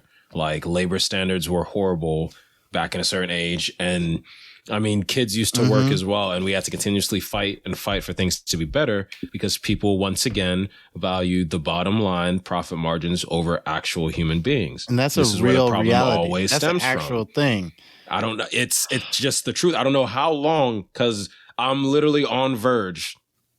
And that's what my mental breakdowns be because I'm at these impasses. It's like, oh my God, do I literally have to rail myself against the oppression with my physical body, which will just end up in my death in order to affect some type of positive change? Because how can people be mucking around the world, literally knowing they're miserable? Everyone's sharing in this shared misery and be like, all right, let's just keep doing this. Yeah, Well, this is good because people are afraid, of course. Like we say every time, and Claire's right. Like we say every time, people got to eat, and so we're miserable because we got to eat. Like if you're making 80,000, I'm going to keep bludgeoning people over the head with this. If you're making 80,000 a year, and you're like, oh, I got, I'm just tired of going into work every day because I have to survive. Listen. You can downsize. Same. Like you can downsize. Do you want to know what it looks like if I downsize? I'm on the street. Bro, like, I'm saying, I'm like, outside. what downsize? I'm literally outside. Like I'm just outside. You mean down the road in a shoebox? Is that what you're talking about? Like, you mean by the mailbox? Shit, outside? Man. I didn't ever think I'd end up on this corner, but damn. I'm literally on the corner. Like, bro. Like, that is you so downsize upsetting. out of 60, like, whatever 60,000 gets you, great. Like, you don't have to live like that. Like, you're just an asshole. You're just a dick. Anyways, that's enough of them. Yeah. I'm just going to go. What was her for name? like a Stephanie second. Atkins? No, What? Lynette Atkins. Never mind. We've said the name too much. Lynette Atkins. Yeah. She's not the Because only one. Mitchell's And she's dumb. also probably in her real life a nice person.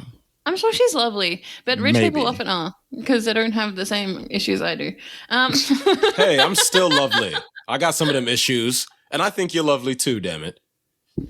Just not They Logan can be. much, but that's just our relationship. Anywho, Anyway. I have to go Claire? do something. I have like a laundry situation going on that I need to go help with, but I'll be Okay. back soon. All right. Copy. Be I safe. have to work tonight. I work all the time. I'm doing my best to like do everything. Sound sorry, busy. Logan. No, you're fine. No, what do you got to? What you got to? No, you're fine, Claire, because this is a real podcast with working people on it, and they have real obligations and real shit to do. Which I mean, true. You know what? I'm going to accept that. Take it for the win that it is. Yeah, that's See you in definitely a 5 W. That's definitely a W. Thanks, boss. Love you. You're welcome. Oh my God, that's what she would. That's funny. Oh man, all of the topics left are hers. I was, the thing is, I was thinking that in my head Oh wait, too. no, you have your mortality. Oh yeah, I do. Fuck. Well, there's a reason why that happened, but it's not like I want to go into a big thing. It's just like, so for those of you who don't know, 2 weeks ago, tomorrow, literally, I had a surgery to remove what I believe the doctor said was like a ganglion cyst or something like that for some strange reason had grown in my arm, like near my elbow. And it was benign, but anytime I like hit it, it hurt. And I was like, yo, doc, what the fuck's going on? Feels much better now. I'm getting stitches removed soon too. And I can't wait because like the wound's just been healing and the stitches are kind of like meshed in with my flesh as if like. Okay, what do you want to talk about, man? We can't. the mesh. Nobody can see this. I know it's for you. It's your reaction. That's all. Yeah. Yeah. You're welcome. In any case, so yeah, but there was just like this entire like process, and mind you, I had a surgery before, like I want to say a couple years back, because I had to get something removed off my neck because I had gotten jumped and this scar had formed and there was this keloid, and they didn't do half this. Like I went into a room, he sat me down, injected some numbing shit, and then cut that shit out. And I was like, oh, great. Didn't have to wrap me up. I wasn't in a schmuck or anything like that. And so this time, there was just a process. I had to get into the like, what do you call it?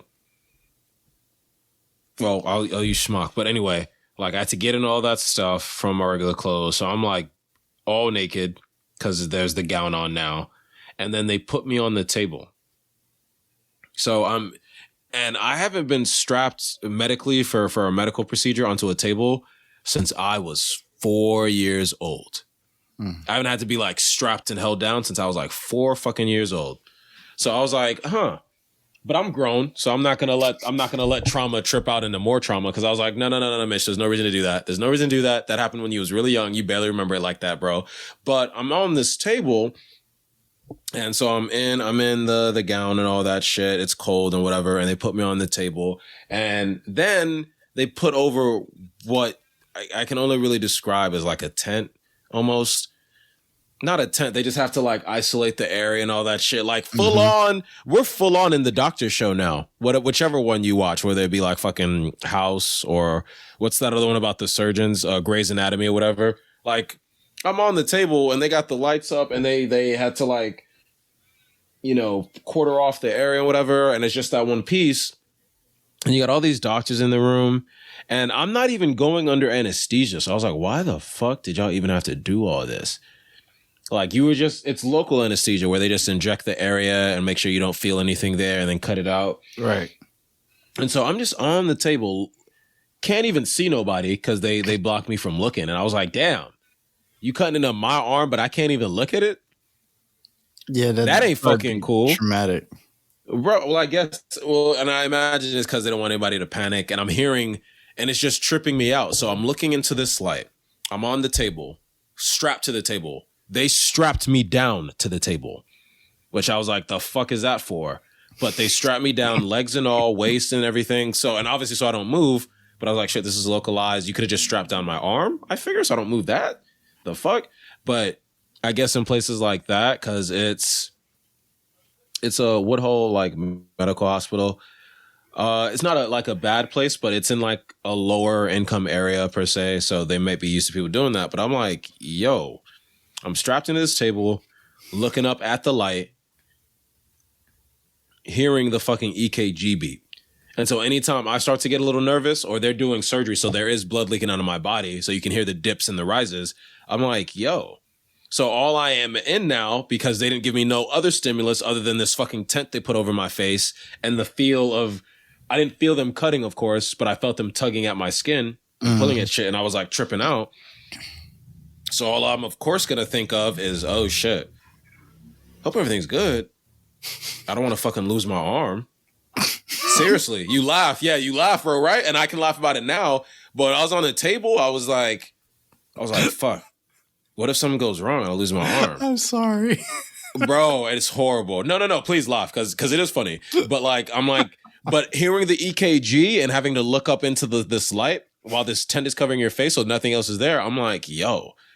What if that motherfucker just flatlines? You know what I'm saying? Bro, just because it could all happen that quick, man. You're right. One moment you're here, the next you're gone. And I'm just sitting here on the table like, yo, God, like, what if? Like, nah, right? Yes. But I hope, just please don't let me lose my arm because I'll be mad as fuck if I lose my arm. You want to talk about being sad and depressed? Yo, I lose the arm, bro? Like... Bro, like what? Like no one's I'm just gonna go home, sit in my room and I guess collect disability income, because that happens at that point, right? And then just give it all to my folks. Just like, here's that. Mitch, you have to go outside bye. Mitch, don't be like, bye. Door slam. They got good arms now, though. Like, they don't have it to the level that I would need to feel satisfied. If we're talking they kind of got the fingers moving and stuff. Like, if it ain't do sex, man. If it ain't do sex level, ain't no point. I think you could get it off. I think you could do some things. Well, we'll see. But like, it was just like enlightening, because I was like, Mitchell, why the fuck did you low key have a tiny panic attack, knowing what the procedure you're going for that you were getting? But it's just because of everything that was happening around me. And it's like, I got put on this table and I'm looking into this light and I'm hearing this EKG beep, beep, beep, beep, beep. And like, oh, that you're hearing the doctors talk like, yeah, you're just going to go in and do this. And they're just so, and we've spoken about this before with hospital staff, like they just so sterile. Yeah. They don't mean to be. There's a certain professionalism, but like doctors, nurses have more heart to them, thank God, but doctors be so sterile. It's like it's almost as if, because you have to see so much and learn so much. And it's almost as if to a soldier going like numb on the battlefield, they've seen so much loss of life and stuff like that. Mm-hmm. Like it just, you don't really know how to communicate with people as well. So I'm on the table, not only creating this circumstance where like I kind of feel like, yo, I could die and pass into the next life due to looking into this light, hearing the EKG. Now I'm hearing the doctors around me and it sounds like I'm just a fucking body on the table in the first place. Like I'm not a person they have to care for, because the point isn't to care. The point isn't to grow attachment. The point is to get the procedure done, to make sure you save the life and all that, which I can appreciate, respect, but nonetheless, I'm on the table feeling like these niggas don't care about me. Shit, am I alive even? Shit, I'm hearing the EKG, but it's like, am I really alive or am I already dead? There is. And a simple surgery, a cyst removal from my elbow became, yo, what if I just died? Am I even alive? Since we talked about the simulation today. And and the reason I wanted to bring it up wasn't because of the surgery in and of itself, but it was just like, I wonder how much we like go through our day-to-day lives, kind of like feeling that moment of like, I don't really per se, am I alive? Like, am I really living? You know what I mean? But being on that surgery bed at that time put that thought heavy on the heart, bro. I'm looking up into this light as if I could pass away into the final farewell. The EKG beeping. And then every time I heard it dip, I was like, what the fuck happened? Because I feel fine. The fuck you niggas doing over there? I mean, it's not funny, but like, thank you, Claire. No, I told Logan. I told Logan, laugh. Please laugh, because it is funny. It is funny. I'm not even mad about it. For the last 10 minutes, I'm the only one that's been here, Claire. And like he's Claire, he's not even laughing and they're like, haha, he's laughing. I kind of feel bad because Mitch, that's kind of like serious, but I'm like, no, laugh. Cause like, that is how I truly felt. And I am glad, of course, to be able to tell you this, because I was obviously, getting into my head a little bit. And that there's obviously more to that with me dealing with my own health and mental health and shit. Yeah. But it was like, please laugh, because it is funny. But it was like, at the time, like it felt as if I could just pass away into the next life just like that. There's such a serious topic. And they created this circumstance. You're a very dynamic storyteller. Which is why I think it's so funny part of the time. You didn't even hear the story. I know, but no, you got all you need. Yeah. There's an important lesson somewhere or moral somewhere in the story, and I know that it's there. But while I'm listening to Mitch, and he's talking about, his experience and him bugging out every time the thing beeps, I'm just like, every time it dips, bro. I'm like, relatable. I'm like, yes, but also I'm like, that anesthesia was fucking him up that whole time. Like he was just like, Logan, see, I wasn't on anesthesia. You missed. I was fully conscious, normal brain. It was localized anesthesia to the specific area. So maybe in my bloodstream, but like. Yeah, just numbed the arm. This was just me sober as fuck being on the table like, yo, why does it... And I don't know if you heard, Claire, but I was like, doctors, they kind of create this sterile environment. So I wasn't feeling like a person. I was just feeling like a body. And like hearing the EKG beep was like, oh, I'm alive. But like, it don't feel like it right now, bro. And I'm cut off. I'm cut off from the doctors themselves. It's a very dehumanizing experience being in the hospital, I find. See, that's why I tell them to knock me out. Yo. Like, and I hate the also, hospital. same, Claire. Me too. Oh my God. Because it is very dehumanizing. They poke and they prod you and they don't give a shit if it hurts. They like, you know what I mean? And like when I went in recently myself, I was like being wheeled around this wheelchair and they were just talking about me like I wasn't even there. Like no one acknowledged my presence at all. I was just another job to them. And I think a lot of nurses and some doctors deserve some credit for how they go above and beyond their jobs to make you feel comfortable. Like I'd like to acknowledge those people because that isn't the norm, you know? Yeah. They don't always do that. And like when mum was passing away and stuff, she was just lying in bed crying one day and I came in and I was like, Mama, what's wrong? Like I was coming over and I was like, what's going on? And she's like, oh, I just feel so lonely. She just felt so lonely. She was constantly surrounded by nurses and doctors and whatever else. But unless family visited her, she was all on her own. Like no one was comforting her. No one was letting her talk to them, you know? Right. And I can't help but think about the elderly and the sick that we have in hospital long term, you know? I'm very sensitive to death now, I notice. Oh, Like, sorry. I'm just like, no. It's not, no, I'm not. I'm not, you know. That face clip.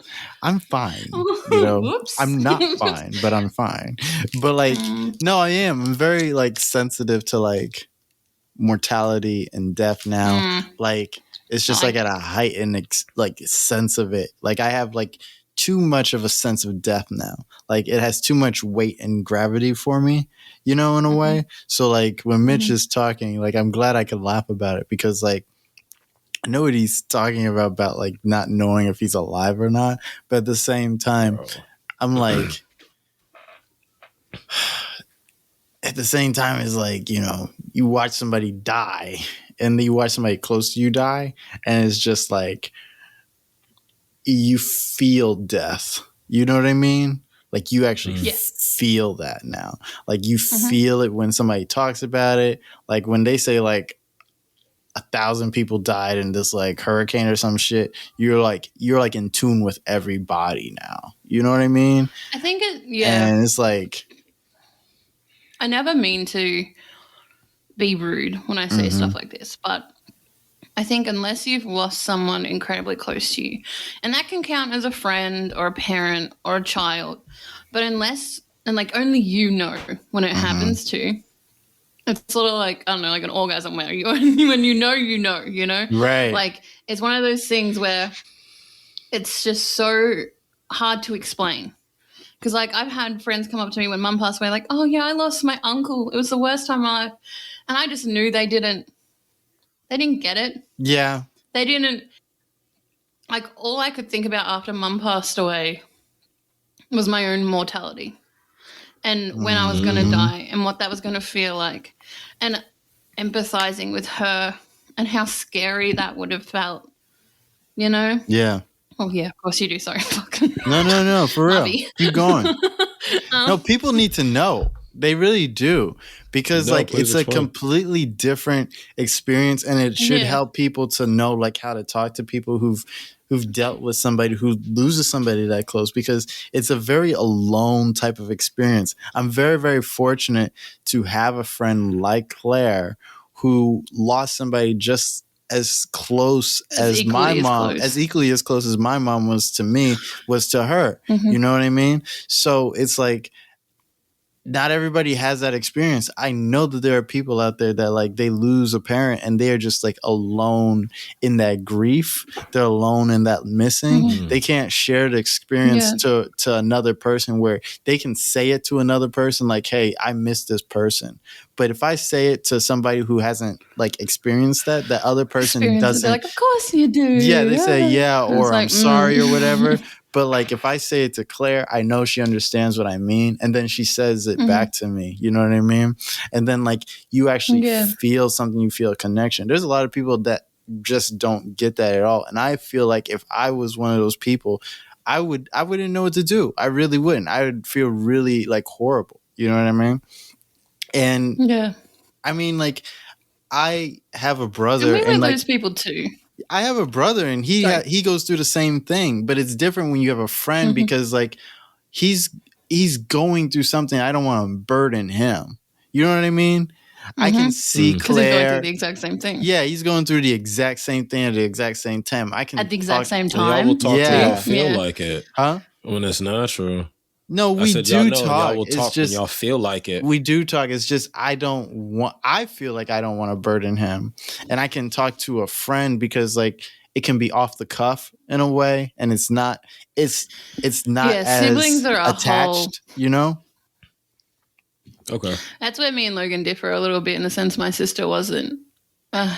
It's hard to explain, but my sister has some disabilities and mental illnesses that make her a little less receptional to ever talking about what happened. Where Austin is an adult, he has a like adult mindset. So I can't relate to Logan on this front, unfortunately. I can relate a little bit in protecting a sibling because that's what we both do real well. But and then that's sort of where the differences end. But at the same time, I would have been gone without my friends, I think, at that point in time, and without Benjamin. I think if I didn't have Cassie come and stay with me and Logan to talk to whenever I just felt like it, Logan was really good. And I like mine and Logan's relationship because we're so far away sometimes. Like I remember it was like 4:00 in the morning and I just couldn't sleep because I kept like dreaming about it. And I just called him and he was like, "Why are you awake?" I was like, "Oh, man, my mom's dead." And he was like, "Oh, yeah, you're okay." It was just one of those like moments that just like I had someone. And that's why friends are really good. So even if they don't understand, like friends, you're still appreciated. You know, Yeah. like it's still really important to have you. Yeah. It's just also that nice bonus of being understood, you know. I don't mean to, but you know, I don't mean to steal it from Mitch because I want to tie it back to Mitch and his experience because of that experience, though, I am like Mitch says, I feel like that feeling you had, Mitch, where you're on the table is kind of like the feeling I have all the time now. You know what I mean? I only Like, have that in like I kind of only feel have that in specific instances. I feel that makes me sad. Yeah, I feel like my own mortality all the time now because I know it can happen. Like it's been made real to the point where like my most favorite person was taken. You know what I mean? As I was hearing you both, the funny thing is because like I have a connection to death, but for entirely different reasons. So you guys, due to what happened to you and who the people were, now have this really intimate and as horrible as that may sound, you have this really intimate connection with death. Whereas for me, like I think of death now in terms of like this reactionary survival way because of the experiences that I've had. Because like there have been like 3 separate times where I literally thought I was actually going to die, and like you kind of have that instinctual survival reflex response to it. So it's like I remember being young and I thought someone was literally going to drown me in a pool, said goodbye to all my family, body stopped moving, and then they let me up for air and I gasped like it was my first breath. When I got jumped, survival reactionary response, because I was like 3 people came out of nowhere. Are they going to knock me out? Am I going to black out? Anything of that nature. And then another time where I was literally on the train, and sometimes there's these spots, like these abandoned spots on the train where they move shit. And I was trying to look for a spot, and I was drunk, and I was trying to look for a spot to take a piss, and I fell into blackness. I was like trying, and I thought there was going to be a floor. It was just a dark space, but I was like, oh, there's a floor. And I fell down like at least 3 to 4 feet into what was blackness and tried to react just to grab something and thought once again, like that could be me. And I got lucky because nothing pierced any organs or anything like that. I have a scar. But so yeah, Claire, I live a life. But so as I'm hearing you guys, I'm I like, ain't ever go to New York. You ain't ever dragging me there. I ain't no, they ain't like that. Yo, Claire, they ain't like that. But You're gonna drag me down to a scary spot. No, I wouldn't do that. I'd be the first to Because keep you're gonna be trouble. drunk and you're gonna be like, "Come over here, it's safe," and then I'm gonna die. No, well, because of these experiences, now I won't. Before I might have, but now I won't. But no, it as I hear you guys say that, because it's like funny because many people can't relate to death at all. But then I hear you guys and I was like, oh, Like, because that's the last thing I'm trying to think about, especially to those moments. I try to get those moments out of my head every day, but because of the people you lost, you guys, you have like this really intimate relationship with death due to the people that you had the relationship with. Yeah. You went through an entire experience, you know what I mean? And like, you can't stop thinking about it because that person that really mattered is lost. And now you're like, I could be lost just as easy. And like, it makes me kind of sad because because if I was thinking about those moments all the time, shit, in one way I might be myself because I react to, I have really bad reactions. In one way, but like, not like that. I feel like it happens because it happens to everybody, where everybody loses a parent, or maybe you just like don't have parents, but then whoever it is that's close to you, you know, you lose that person or whatever. Everybody loses somebody. Like, it's very hard not to lose anybody, and everybody eventually loses somebody, and everybody eventually loses that person that meant the most to you. You know what I mean? And I feel like my thinking about it the last couple of days, and I might be wrong, but my thinking about it, how I'm coping with it, is that because everybody goes through it, it's part of our own humanity at this point. To like, death is a part of your humanity, and like part of the preparation for your own death is to experience death through others. You know what I mean? So like, because like if you're just like going, like, I can imagine a reality where I die before my parents, but like I don't feel that, you know, like I don't feel the consequence of that until I die. You know what I mean? Like, I know the consequence now, is what I'm saying. Like, I know exactly how that feels, and like what is being lost, what is crucial about me living, what is crucial about me dying. You know what I mean? And that's what I carry. And I'm trying not to trigger everybody. I'm trying not to trigger me and Claire right now. But like, I'm just sitting here and there's like a photo of mom next to me, and I'm like, fucking don't look. Yeah, oh my God, don't. Well, I mean, if that's what you feel that, but I wouldn't want y'all to go through that, man. Because like I said, that's a lot, yo. Yeah. I think it's crazy because I don't know. This is my experience. I don't know about Logan. But like, I do think about it every day. And like, I watch people's reactions to me thinking about it every day. Like, I was standing outside with my auntie watching Ben and my uncle do some work in the yard, and we're just like chatting and laughing. And then he bent over and she was like, "Oh, I hope those are fresh undies, because he might, like, what if you get into a car accident and he has to go into the hospital?" And my eyes, I couldn't help it. My eyes just teared up. And she was like, "Oh my God, I'm so sorry. It was a joke. It was just a joke to her." In her mind, that could never happen. In my mind, that's all I could think about for the whole car ride home. It's happened 1,000 times. Yeah. I was like, "Can you not drive safely?" Like, I literally had like a near-death experience like a couple of weeks ago. I told Claire about it, but I don't know if I said it on the show, but like, I was just driving to Dunkin' Donuts, and the tires on the car that I was driving were bald, so like they don't brake well. So I'm going down. I'm speeding maybe a little bit, not much. Okay, but I don't have money, so fuck you. So like, I'm going down the road, right? I hate when rich people say shit. Like, I'm going down the road, right? He's got like 2 more jobs than me. He rich. Bro. And so like, I'm not even gonna get it. I'm about to cross the intersection, and this car comes, and he's speeding across the intersection. He just comes out, right? And so now I have to hit the brakes as hard as I can, and like the whole car is like still going the same speed, only now it's sliding instead of like rolling, right? And so like, I'm trying to turn the wheel left and right to throw the car, it's like momentum off, so it's not just going straight and just like driving right into this car. And bro. So this car just leaves the intersection.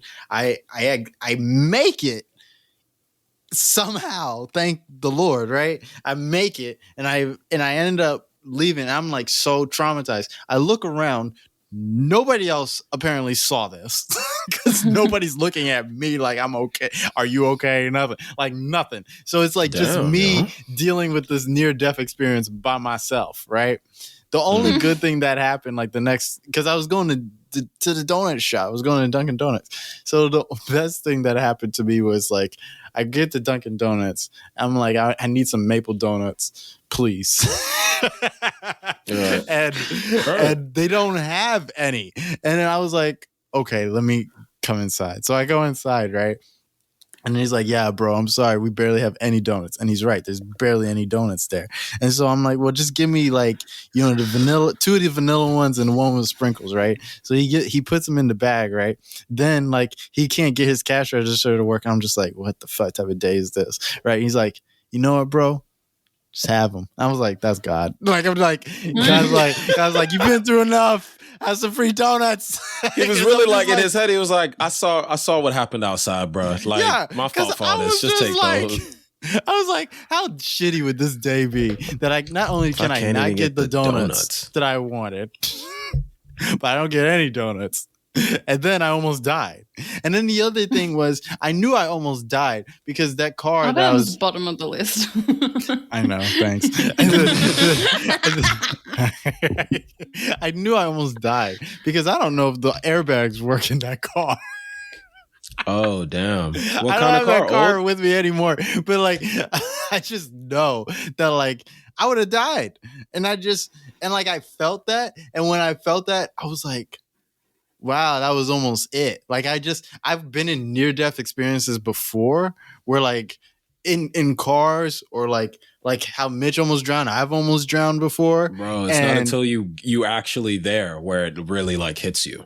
It's not until you're really there. Like people die on you that it hits you though. Because like now I have like an extra layer I gotta think about. I'm like, wow. I'm like thinking like, damn, if I die right now, ain't nobody got money for a funeral. We just had one. Like I'm just like I'm like thinking of shit like that now. Which is horrible to say, but it's horrible, but I just went through the whole process and I know that. You're super conscientious of how it would affect the people your closest family members. Yes. No, I can understand that. That's what I'm saying. Like that makes me feel like really sad because I was gonna ask Claire because it's like mentally that affects you, but it's like how do you really process through that? Like you don't. Can a therapist help you even? I mean, not asking you yet, asking her in terms of like therapy. Answer that better, but like for me so far, you don't. I didn't mean that in general. So let me clarify. I was just saying, yeah. You're all good. So a lot of grief therapy is revolving around you. Like it's for you, you know, you're the one paying, you're the one there. It's for you. But it's also revolving around how you perceive death and how death affects you. Sometimes people can do it on their own. Sometimes, you know, you can get through it without that extra bit of guidance. Sorry, a cat just scratched on the door. Mm-hmm. You can get through that without the extra bit of guidance that some might need. But sometimes it does get really bad. For instance, if Logan was having like death dreams or nightmares of himself dying over and over and over again or something really intense like that, then I would probably recommend therapy just to help him like just sort of move his psyche around a little and get it a little bit more fixed up. But what he's going through is pretty normal at the same time. For it, like I've gone through it and I know a lot of people who went through it. I was hospitalized for a little while after Mum passed away because of my own issues. And I had this really, really, really great clinician who worked there. He wasn't a therapist. He was in charge of like my medication and like that sort of stuff. Mm-hmm. But he actually lost one of his parents. And he was very interested in me in the sense that part of the reason why I was hospitalized was because I was coping too well. Like I went through a really bad patch and then I was like, I've decided I'm going to be okay now. And I just went kind of psychotically okay. Like I was like a little too okay. Like better than I am now, which isn't healthy because this is technically my most healthy and I'm still kind of bad. But I was like happy all the time. There was no tears. There was no honesty. There was nothing. It was all just denial. But you were forcing it, almost faking it, you mean? Yeah. Okay. Well, it wasn't even almost. It was sort of like my brain just clicked a switch because I couldn't cope anymore, you know? Yeah, she's talking about something that's involuntary. Yeah. It's like okay, that's what I was wanting to be sure of. Like that. I'm sorry you went through. Yeah. Yeah. You know, like how the Joker laughs all the time for no reason? Yeah. It's like that. Logan, just to break it down for everybody out there. No, you keep it simple because that's you don't know. You have to understand, Logan. I didn't ask because I couldn't do the math in my head. I had to check in with Claire to make sure. No, you know what I mean? Because that's not something I would know. No, I got you. I got you. Yeah. My point is, everybody does receive death differently. You can do a Claire where you go psychotic and need to get some help to help regulate your emotions. You can do a massive just denial fest where you're fine, like you're genuinely fine, but it probably will hit you in random instances, like small memory like things, you know, like things around the house and stuff like that. And then people go through the 7 stages of grief like a normie. Like some people just do what they're supposed to do. Sometimes like spend a week in denial, then a couple of months in anger. You know what I mean? Like some people just go through it textbook definition wise. Right. There is no right way to do it. And you sort of have to trust your support system and yourself to look for help if it's needed. You know what I mean? Therapy is available. It's up to you whether or not you should go for it, if that makes sense. I didn't necessarily want to go for it, but at the same time, I was incredibly unwell, and my partner and my friends and my family, like my aunts and uncles and stuff, couldn't leave me like that. Right. So they enforced that upon me, which was the best thing that ever happened to me. And I'm healthy now because of it. But sometimes family needs to step in and help you out if you can't do it yourself.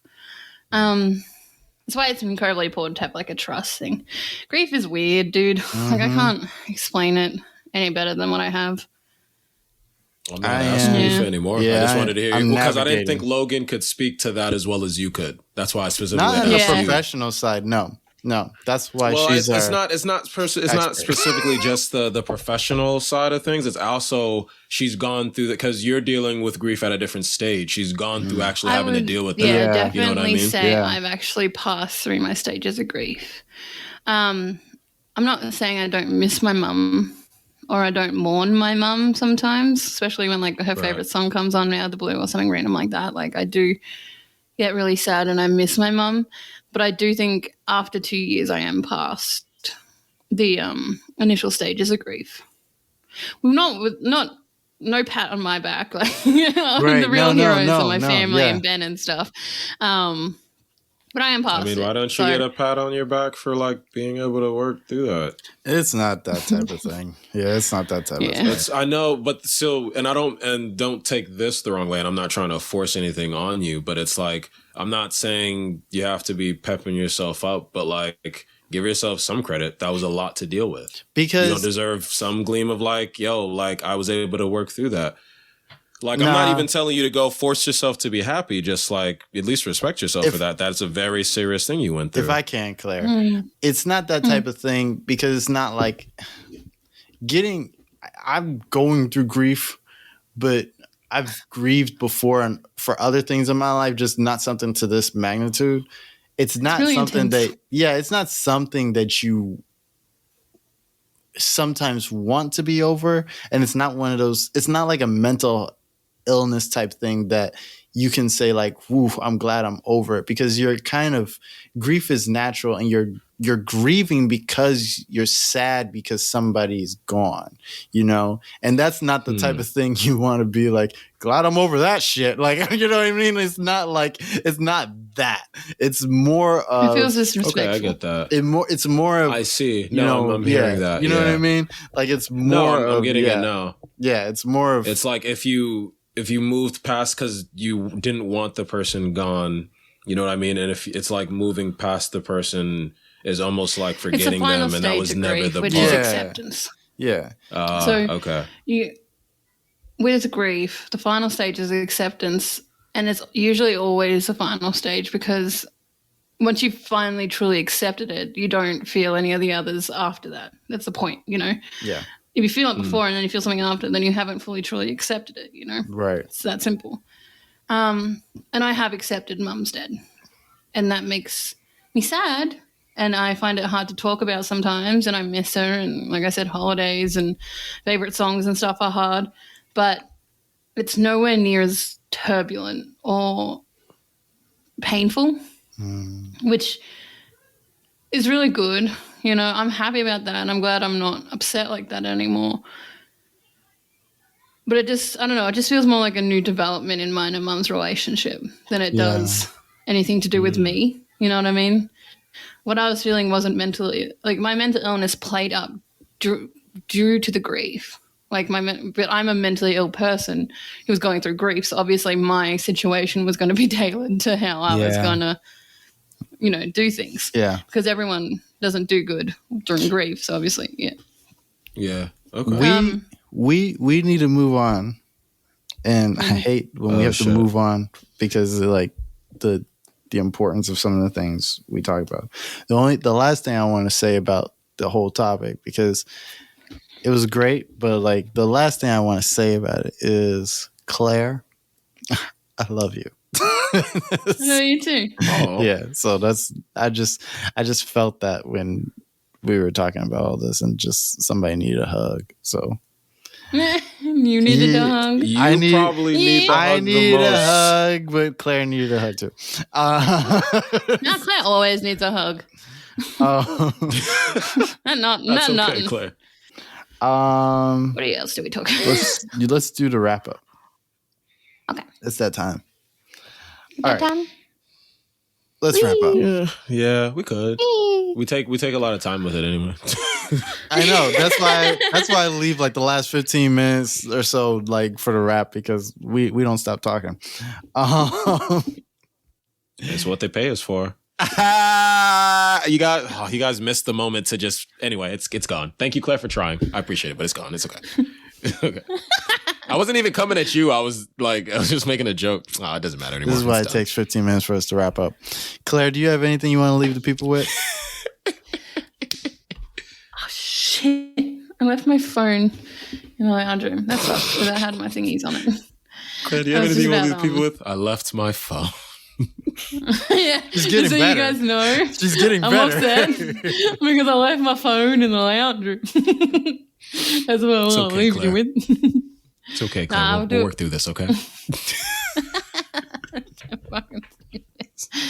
Sorry. I'm just trying to get up. That thing I was going to talk about with Rita Moreno. Yeah. What, mate? Why are you laughing at me? Because you guys are just so funny every episode. It is just so chaotic, the energy. It's just... I'm so glad you find me funny. I love you too. I do. I love you too. I'm getting tired of hearing about all this love, but not about the fact that you think I'm this chaotic just wad of just being. You like being chaotic, Mitch. No, actually, I don't. Funny enough, and that's a different conversation.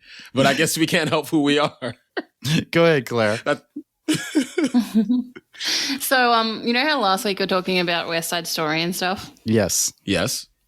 Well, I was just sort of chilling around, bumming around the house, reading this, like, one of those BuzzFeed, like, informational, like, panels. I don't know, I was just living my best life. And they were talking about, I can't remember what it was, but like what some of the most problematic movies throughout the history or some crap like that. And it was just some trash, but I was going through it. And then it's talking about how in West Side Story, Natalie Wood and George Chakiris were both put in brownface to portray Puerto Ricans.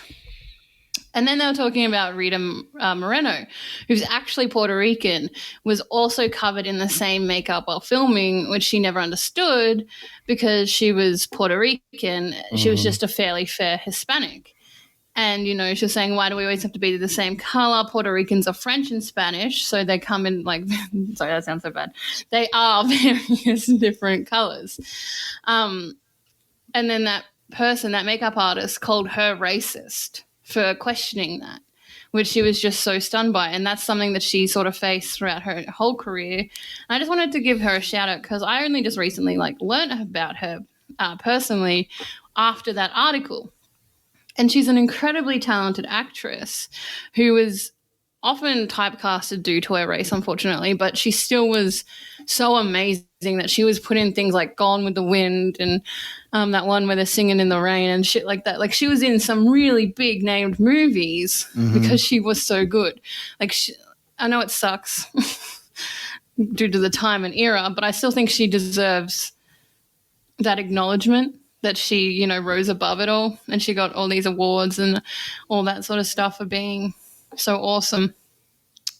They called her racist for not being cool with got being in the brown face to make them look more Puerto Rican when she was already Puerto Rican. Oh man, America! I tell you, boy.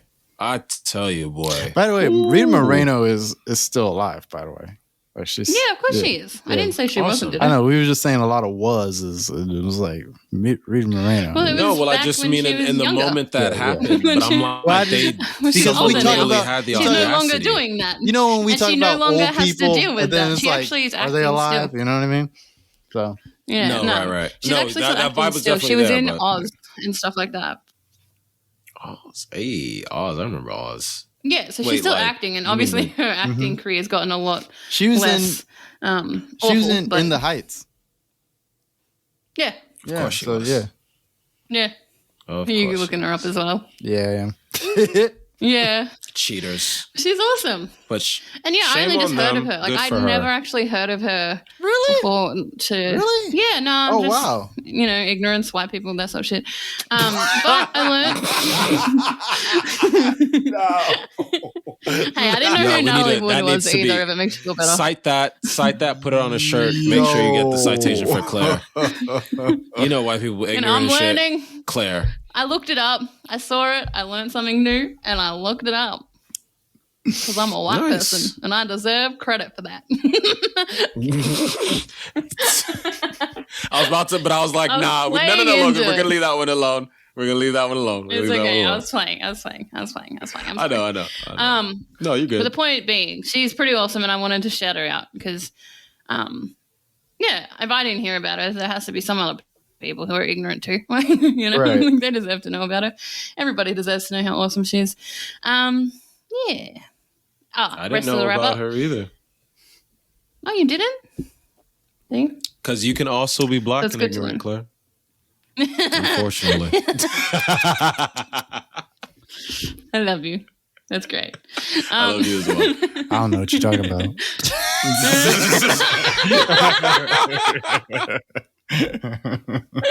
Go read a book. My man Logan said, go read a book, nigga. Yeah. Go read a motherfucking book, nigga. Goddamn. Embarrassing us out here and shit. Yo, Mitch, I got a question. We're going to pause the wrap up for a second. I got a question. What? Why are you pausing the wrap up right now? Because I have to get this off. You know how like black people are like, you can't say shit in front of, you're not supposed to say certain shit in front of white people, you know? It's like Claire, white people, like, it's like, like, she's obviously, but sometimes, I mean, like, she's white people, but like, it's like, you know what I mean? I mean, she's a pale-faced Caucasian, yes. But is she like one of the white people we shouldn't say things in front of? Like we should be like. I mean, we've been saying everything else, my nigga. The fuck you want me to do? I think. I didn't know we was feeling like that. You didn't let me know. Listen, Claire was your friend first. That was your friend first. I was about to say. Claire has the same. Claire has the same like syndrome like Chris had, like Chris from college was. Like it just be like a bunch of black people talking in front of white ass. But he just chilling. But she just chilling, bro. We know how this goes, bro. I don't feel like I don't know what you want me to do. All our black secrets and shit. You know what I'm saying? Chris just listening in like. Okay. Okay. Yeah. All right. So my answer is obviously no. But I mean, you're the one who's supposed to put me on. So if I'm missing out, it's your fault anyway. That's true. So Claire, we good, Claire. Obviously, Logan has some issue he needs to work out with you. But you know, just so you know, me and you good. How much have you been keeping from me? I thought we told each other everything. What the hell? All of a sudden, Logan's, I wish we had that on video. Friend. Logan's face of like, next you gonna press me like that? We ain't even close. How you gonna press me like that in front of other black person in the room? But we'll talk later, Claire. I'm reading Logan's face for y'all. We'll talk later, Claire. Like I'm not in the room with the other black person. Logan's face being like, damn, all right, I wasn't expecting this. Shit, I have my nigga like to my left. This is my ride or die. And then there's Claire, who is at the same time like my best friend, but also still said white person. You? All right, shit, I gotta come with something. This is just Logan's face. I not ran and died with you, Logan?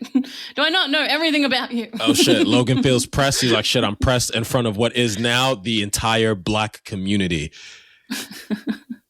Yeah, he's Logan, disliking that I'm doing this out loud, but I'm loving it. I'm not your ride or die, Logan. Say it. So Say I haven't Yeah, been what's there what you for gotta say, brother? What, through what I got to say everything. about this, what I got Yeah, to what say you gotta about say this about this, moment brother? right now Say it. is, go ahead, finish with your wrap up, Claire. Wow. Logan looks to the corner at me, and just go, really? You gonna do that? You gonna do me like that? You gonna do me like that in front of the entire black community? And it's like, yes. Wow. What a cop out. I'm gonna state for the Okay. record, after this ends, Logan's gonna come in and like freaking grovel at my feet. He's gonna be like, I do love you. What are you No. talking about? You No. are my yes he is. No. Yes he is. No. He does that closeted I'm white gonna love. hang in the He call does up. that Oh my God. Oh, closeted white love on a shirt, I think, too. Closeted white Oh, love. yo. Oh my God. Oh my God. Oh, that's gold. God, I This is wish the Wildest wildest could He's put that in a fronting for script. all of you, but he loves me. He Oh, tells me man. on the daily that he I like do love you, Oh, can't Claire. live without me. I do love you. Yo, we have a full R. Kelly reference in And- there, but I'm not referencing R. Kelly. And why are you putting me out in the corner? Because Why you put baby in the corner? well, because me and Mitch have a bond that's Mhm. we're Haitian and we Mhm. black, so there's certain things Yeah, we I know, shouldn't be and I discussing have in front of white nothing to company. do with that. But why not? Says What you am I because I'm gonna still my own do? individual. And shit, See, Logan's he's- looking at me like, Mitch, if you don't stop throwing me under the motherfucking bus. what I was gonna say is, see, Mitch is the ones we gotta look out for because he be the ones wanting to tell him everything. Like it's just like, Damn. Touche. Well Yeah, played. This is a good one, right? Good move. It's a good one. Good move. The entire black community just went like, hold up. Like, hold up. He might have a point though, Mitch. What's up with you? And now I gotta hold on. But no, it ain't ever like that. You know what I'm saying? I would Never what? Sell out the community, exactly. trying to make friends with everybody, huh? Am I really like that me and Claire bad? just cool. You know what I'm saying? Like, you know what I'm saying? I don't even know why you'd bring this How up you like gonna that. You know do- what I'm saying, player? Hell, You ain't half have the to do time all I that, don't player. understand and I don't listen. Like, it's not that bad. Exactly. I'm just chilling. Clearly, it's like Exactly. I don't have like this network to the KKK where I'm like sending this. Like, I'm not a spy amongst the black. We don't know that, Claire. community, We don't know that, fucking Claire. Giving out your secrets. that's how We don't- Giving but out we don't your know that. That's how they got the vulnerabilities. Black Panthers, though. That's exactly Oh how my they God. got them. Actually, yeah. but you know what? Yeah, but you've known me for I have a years. thing about that. That's the thing I have. Have y'all because seen Judas and the Black Messiah? That's what I was by the going way? to talk about. Fred Hampton, Oh, okay. right? Oh, That- man. Oh, man. Oh, I'm going to be Oh, respectful. man. I'm going to be respectful. You have okay? to. It's Fred Hampton, bro. What? But- Were you going to get... Out It of- wasn't even him. Yeah, It wasn't man. even him. Listen, out of all the Black Panthers, the one I've always had the most problem with was Fred Hampton, because he Logan. was the one that was like, everybody like praises him as like the Martin Luther King of the Black Panthers, because he's got that famous line. He goes, black power to black people, white power to white people, yellow power to yellow people, all that shit, right? And shut the fuck up. That's the part where I diverge from him. I'm like, Some just pandering. Yes. Shut.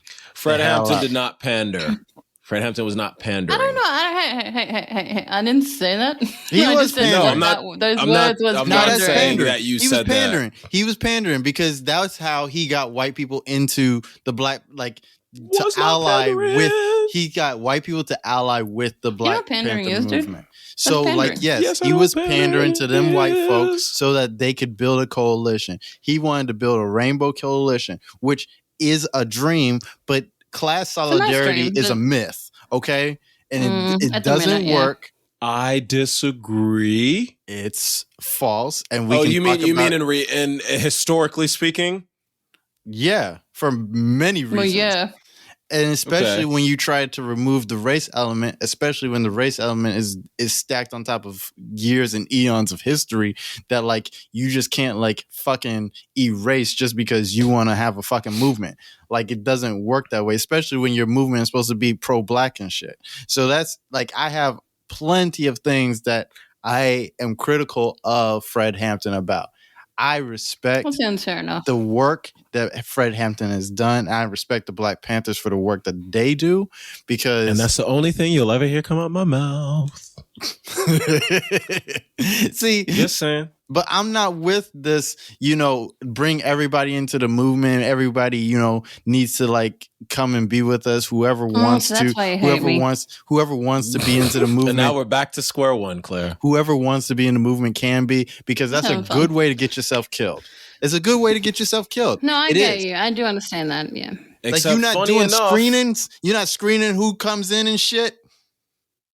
Stop it. I mean, How long am I gonna be screened for, though? How long you got to be screened for, Claire? Yeah, just asking. Just out of curiosity. Well, I mean, Claire, I'm on the podcast. Logan's the like- one screening you. So well, Claire, lucky for you, this is You- just you the ask fucking. him. This is just the fucking Milk and Toast podcast. We're not doing anything here. Like, it's not. I know, that's true. Like, but Logan will like- let you know I don't screen like that. yeah, That's he's the the one that roundabout. lets y'all in, and then Whoa, then we got a problem whoa, later. Hold whoa, up. whoa, Hold whoa. up. Pause. Chill for a second, please. Okay. Rounding it back, I don't actually care. I'm just joking around. I'm on the pod. We're That's fine. Kidding too. But- Yes. Yeah, no, I know. It's all fun and jokes and games and stuff. But at the same time, it got me thinking about you. And like sometimes, I do worry that you like hate me a little bit. Like you got some just like you got like a level of like white hate, which I honestly like fine, fair enough. Like I'm not gonna sit here and judge that because holy shit, how could I? But No, you still I can. see it. I see it. Well, I'm not going to hate it because I know where it comes from. I also know Logan No, pretty well. no, in the no. I'm sense that, not. like, I I'm get where not it telling you comes not from. to understand it. But Logan shouldn't. Yeah. Logan, understand. Black people in themselves are also not perfect. Logan's dealing with emotions and things of his own ideologies of his own that he has to unfortunately work through. Logan's little face. He's like, I hate this. I hate this so much. It's the truth. I'm gonna tell him. I'm gonna be the one who tells him. This is how our relationship's been. I don't A hate long white people. portion of our life. I don't hate white people. I don't hate anybody. I don't hate any particular race. I don't hate any religion, Which is good. which is fine. You know what I mean? Like, I'm not looking for brownie points for like not hating people. Like, that's not who I Right. am or like what I'm doing, right? I am very critical of people when they doing fuck shit, whether that's on the individual basis or on the societal basis. I am just critical. And I have You're high so critical. standards. It's so tiring. I have Oh, I high know. standards and Tell like me about it. I don't know. Like I mean what I say. That's what it is. Like I mean what I I say. know. So like And, like, when that's why I people was hear me like- talk, like it can come off as harsh, but I mean exactly what it is. Yeah. You know? And that's why I knew you were joking, but sometimes you'll say stuff, and I know you're joking because you're like, you're what's the word? Parentheses. Yeah, Parentheses. that word. Parentheses. Yeah, with it as a joke. But then you'll be sitting there and you'll be like, blah, blah, blah, blah, blah, blah. You did this and that was wrong. And I'm just like, wait, I thought this was a joke. Like, I'm sorry. Like, and I'll be like, wait, did that really upset you? I need to talk to you. And you're like, yeah, no, I'm fine. I'll be like, what the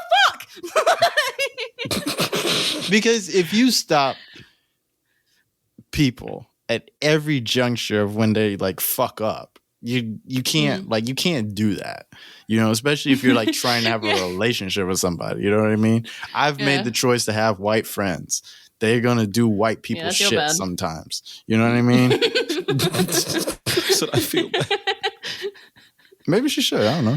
But like, no, I'm kidding. I'm I kidding. said I'm kidding. that's your bad. I was kidding. Oh, that's my bad. Oh, Oh, well, okay. yeah, I I was thought like, you yeah, said- that's your I bad. don't know. No. Well, yeah, probably. So like, I only feel bad for what I did that was wrong. And But if I my didn't know I thing- did something wrong, then how am I supposed to feel bad?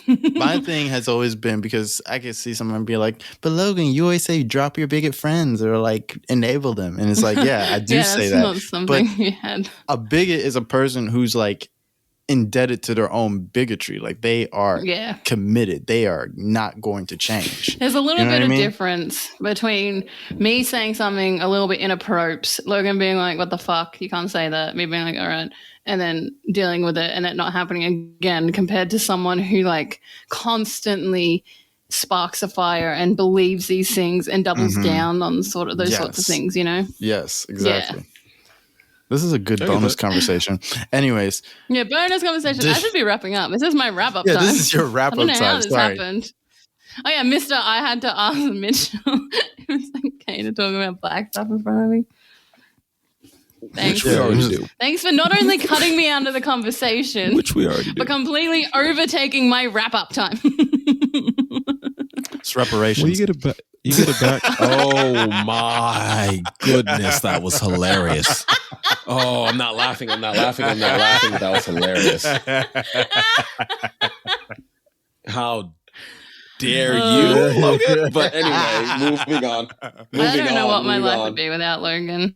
I can't live without Logan. Peaceful.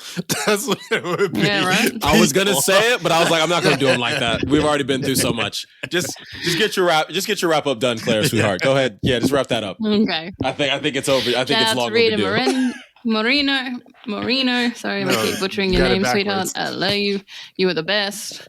Shout out to I was going to say something else. Damn it. My brain. Jesus? She's not there. Barbara. Guys, stop. Said Barbara. Ooh, touche. Dang. Touche. We like spicy at this That end. was meta. I love it. This ending is spicy. God damn. That was a good wraparound, Claire. goddamn. Damn. Little You're welcome. spicy wrap up. Yeah, there you go. Thank you for listening. Sorry, I'm always a goddamn mess at the end of these, and I never know what to say. And honestly, I'm not a really good podcast person, but I'm here. I'm doing it. Okay, shit. Logan Keep says saying I have that, to do it. but keep I'm doing showing up. it. Drink your water, take your meds if you have to, and get some sun in those bones because winter's coming. I love you. Have a good week. Very nice. Mitch, do you have anything you want to say before we get out of here? Creativity is yours, whether you choose to take it professionally or not. From what I learned today on multiple levels, mortality and how you deal with it is also yours, and there are different and varying levels to that. And for anyone struggling through grief, because I have two friends, dealing with serious like grief, and sometimes I don't really know how to navigate it, but like that is your own path to deal with, and blessings on that journey. And otherwise, stay healthy. Try your best to stay positive. It's a hard world out here. People suck, but you can be better if you choose to. Mitchell out. Oh, that's Peace great. and blessings. Please, bad choice. Mitch was like, Mitch was wrap up. He's like, I got two friends that, the parents died on them, and I'm sad for them, but, that's their shit. I don't know. Fuck you for simplifying it, but I'd be like, I literally hear you guys, and I'm just like, shit, I hope I never have to go through that, knowing that one day I will. And like those are the only like full fears because I've lost family members, and it has made me sad, but the connection wasn't to that level. Well, and we'll be here for you. We'll be here for you. Yeah, I was gonna say we'll be here. I respect and actually really appreciate that, but I'm not hoping for that anytime. Unless I die. Right? Unless I die, of course. Wishing, but like then, which would be that moment. Yeah. Can you imagine how Legit. chill the show would be if Loki died? Fucking what? Too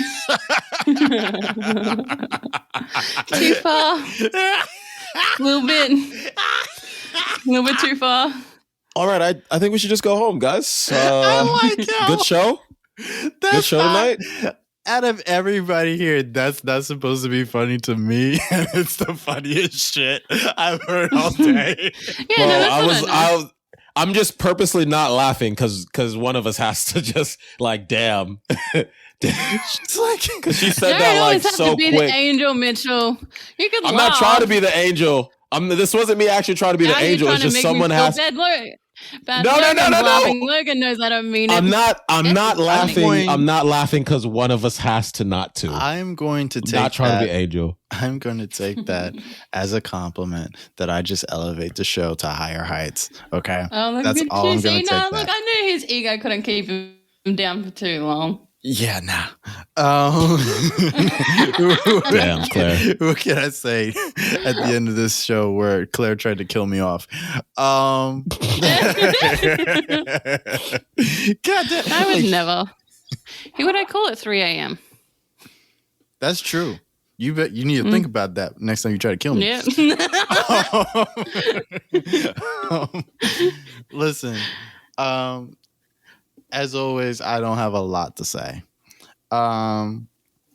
We have so many things we want to talk to you guys about every week, and we never get to all of them, and that's okay because this show's not about that. It's not about trying to run through everything in 20 minutes. I try to give like a good 20 minutes to like every subject we talk about, but we go well over every time because sometimes the meat of the subject be in like 40 minutes or so, so I don't, I can't, do anything about that. And I like us to talk about things and like have them mean something. You guys to have the ability to do that, and so that's the show, I want to say to everybody that like listens to the show that I'm so thankful that you still listen to the show. I was looking at some of the numbers, and we beat our most downloads from the other month when we had the most downloads. So like we're always like going up, and I have to like I told these guys earlier, and so now I'm telling the audience. I want to tell you guys that you've been sharing the show, you've been liking the show, and thank you for that. Thank you. That's like the most like soft thank you. You deserve a better thank you than that, but I just don't have one in my body right now. Maybe next week. Maybe next week. Yeah, if I gotta give these two smoke the whole show, you guys gotta get it too. Listen, if you hadn't noticed with the last show, every show is going to do this new shit where I'm going to put the timestamps in the show. And I know that's not revolutionary for a podcast, but it makes it easier to digest our episodes because our episodes are long as fuck. I recognize, and I was trying to figure out the solution, but there ain't no better solution than just like giving you a place to skip ahead. So that is my solution. So from now on, I'll try. But from now on, there should be timestamps in every show where like you can just skip ahead to the part where, we say like some wild shit or whatever. Whatever you're here for. Yeah, whatever you're here for, I'm here for it. As always, if you like the show, share the show. If you don't like the show, share with your enemies and just annoy the piss out of them because, you're like, this show sucks and I'm going to share it with my neighbor who I hate and just keep doing that. And they're not going to know. So it's the best way. What else do I say? Oh, yes. Have a good night. Have a good morning. Have a good breakfast. Have a good lunch. Have a good dinner whenever you're listening to the show. You're just good. I love you guys. I love everybody still yet. I love you too, Lynette Adkins. Just like stop complaining about being poor when you're not. You guys know me. You know I can't help doing your job, bitch. Yeah, you know I can't help myself, and thank you, Claire, for always being like there for me in my bullshit and like backing me up. You know what I mean? Ride or die. Yes, you are. Sorry, I got him to admit it. It didn't sound like much to you guys, but to me, it was a massive victory. You're scared? What's Claire's gangster name? Like she like as like. Oh my god. Shit. I gotta think about it. Clarity P. Hugs. No, it's got to have something to do it because she's in a gang. When you're in a black gang, you white. It's always something to do about you being white, but it's got to be original. Like little eggshell. Clarity White Printers. Clarity White Printers. Clarity White Printers. Clarity White Printers. Clarity would be her stripper name. Like that's Clarity White Printers. Clarity White Printers. What is Clarity White Printers? What is that? I remember that. Clarity White Printers. You know why it's printers. You know why it's printers. No, I don't. You don't know No, why I it's don't. Prentice? Oh, Yeah. all right. It's my Anyways. name and I don't even know. That is actually the part that makes the most sense. But you clarity wipe Prentice from okay. now on. Shout out to Rita Moreno. She's a fucking legend. Yeah, that's Okay. what I was saying. I know. I'm saying it with you just in case, like we ain't hear you because the first time, Rita Moreno, she's that girl. So like, shout out to her. I love her. Yeah, she's great. She's my new fave. I'm gonna watch some more stuff she's in. You I should do that when I definitely find do new that. people Yeah, do I that. like. Yeah. Yeah.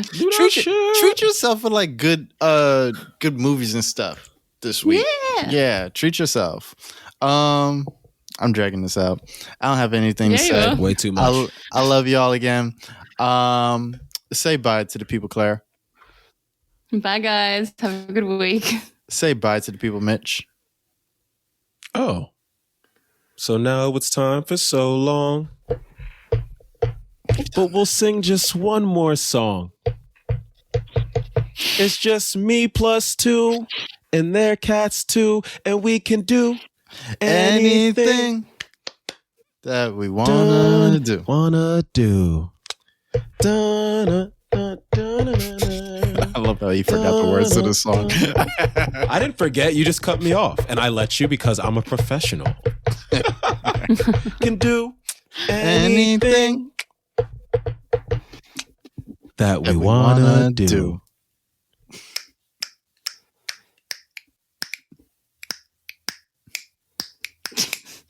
This is So horrible. clunky. I know. That was bad. We out. Bye, guys. Anyways, That's wait. over. Hi, what the fuck? Listen, I've been your host, I'm Logan. over it. This is the Milk and Toast podcast. This thing is always a mess. And we out. Bye.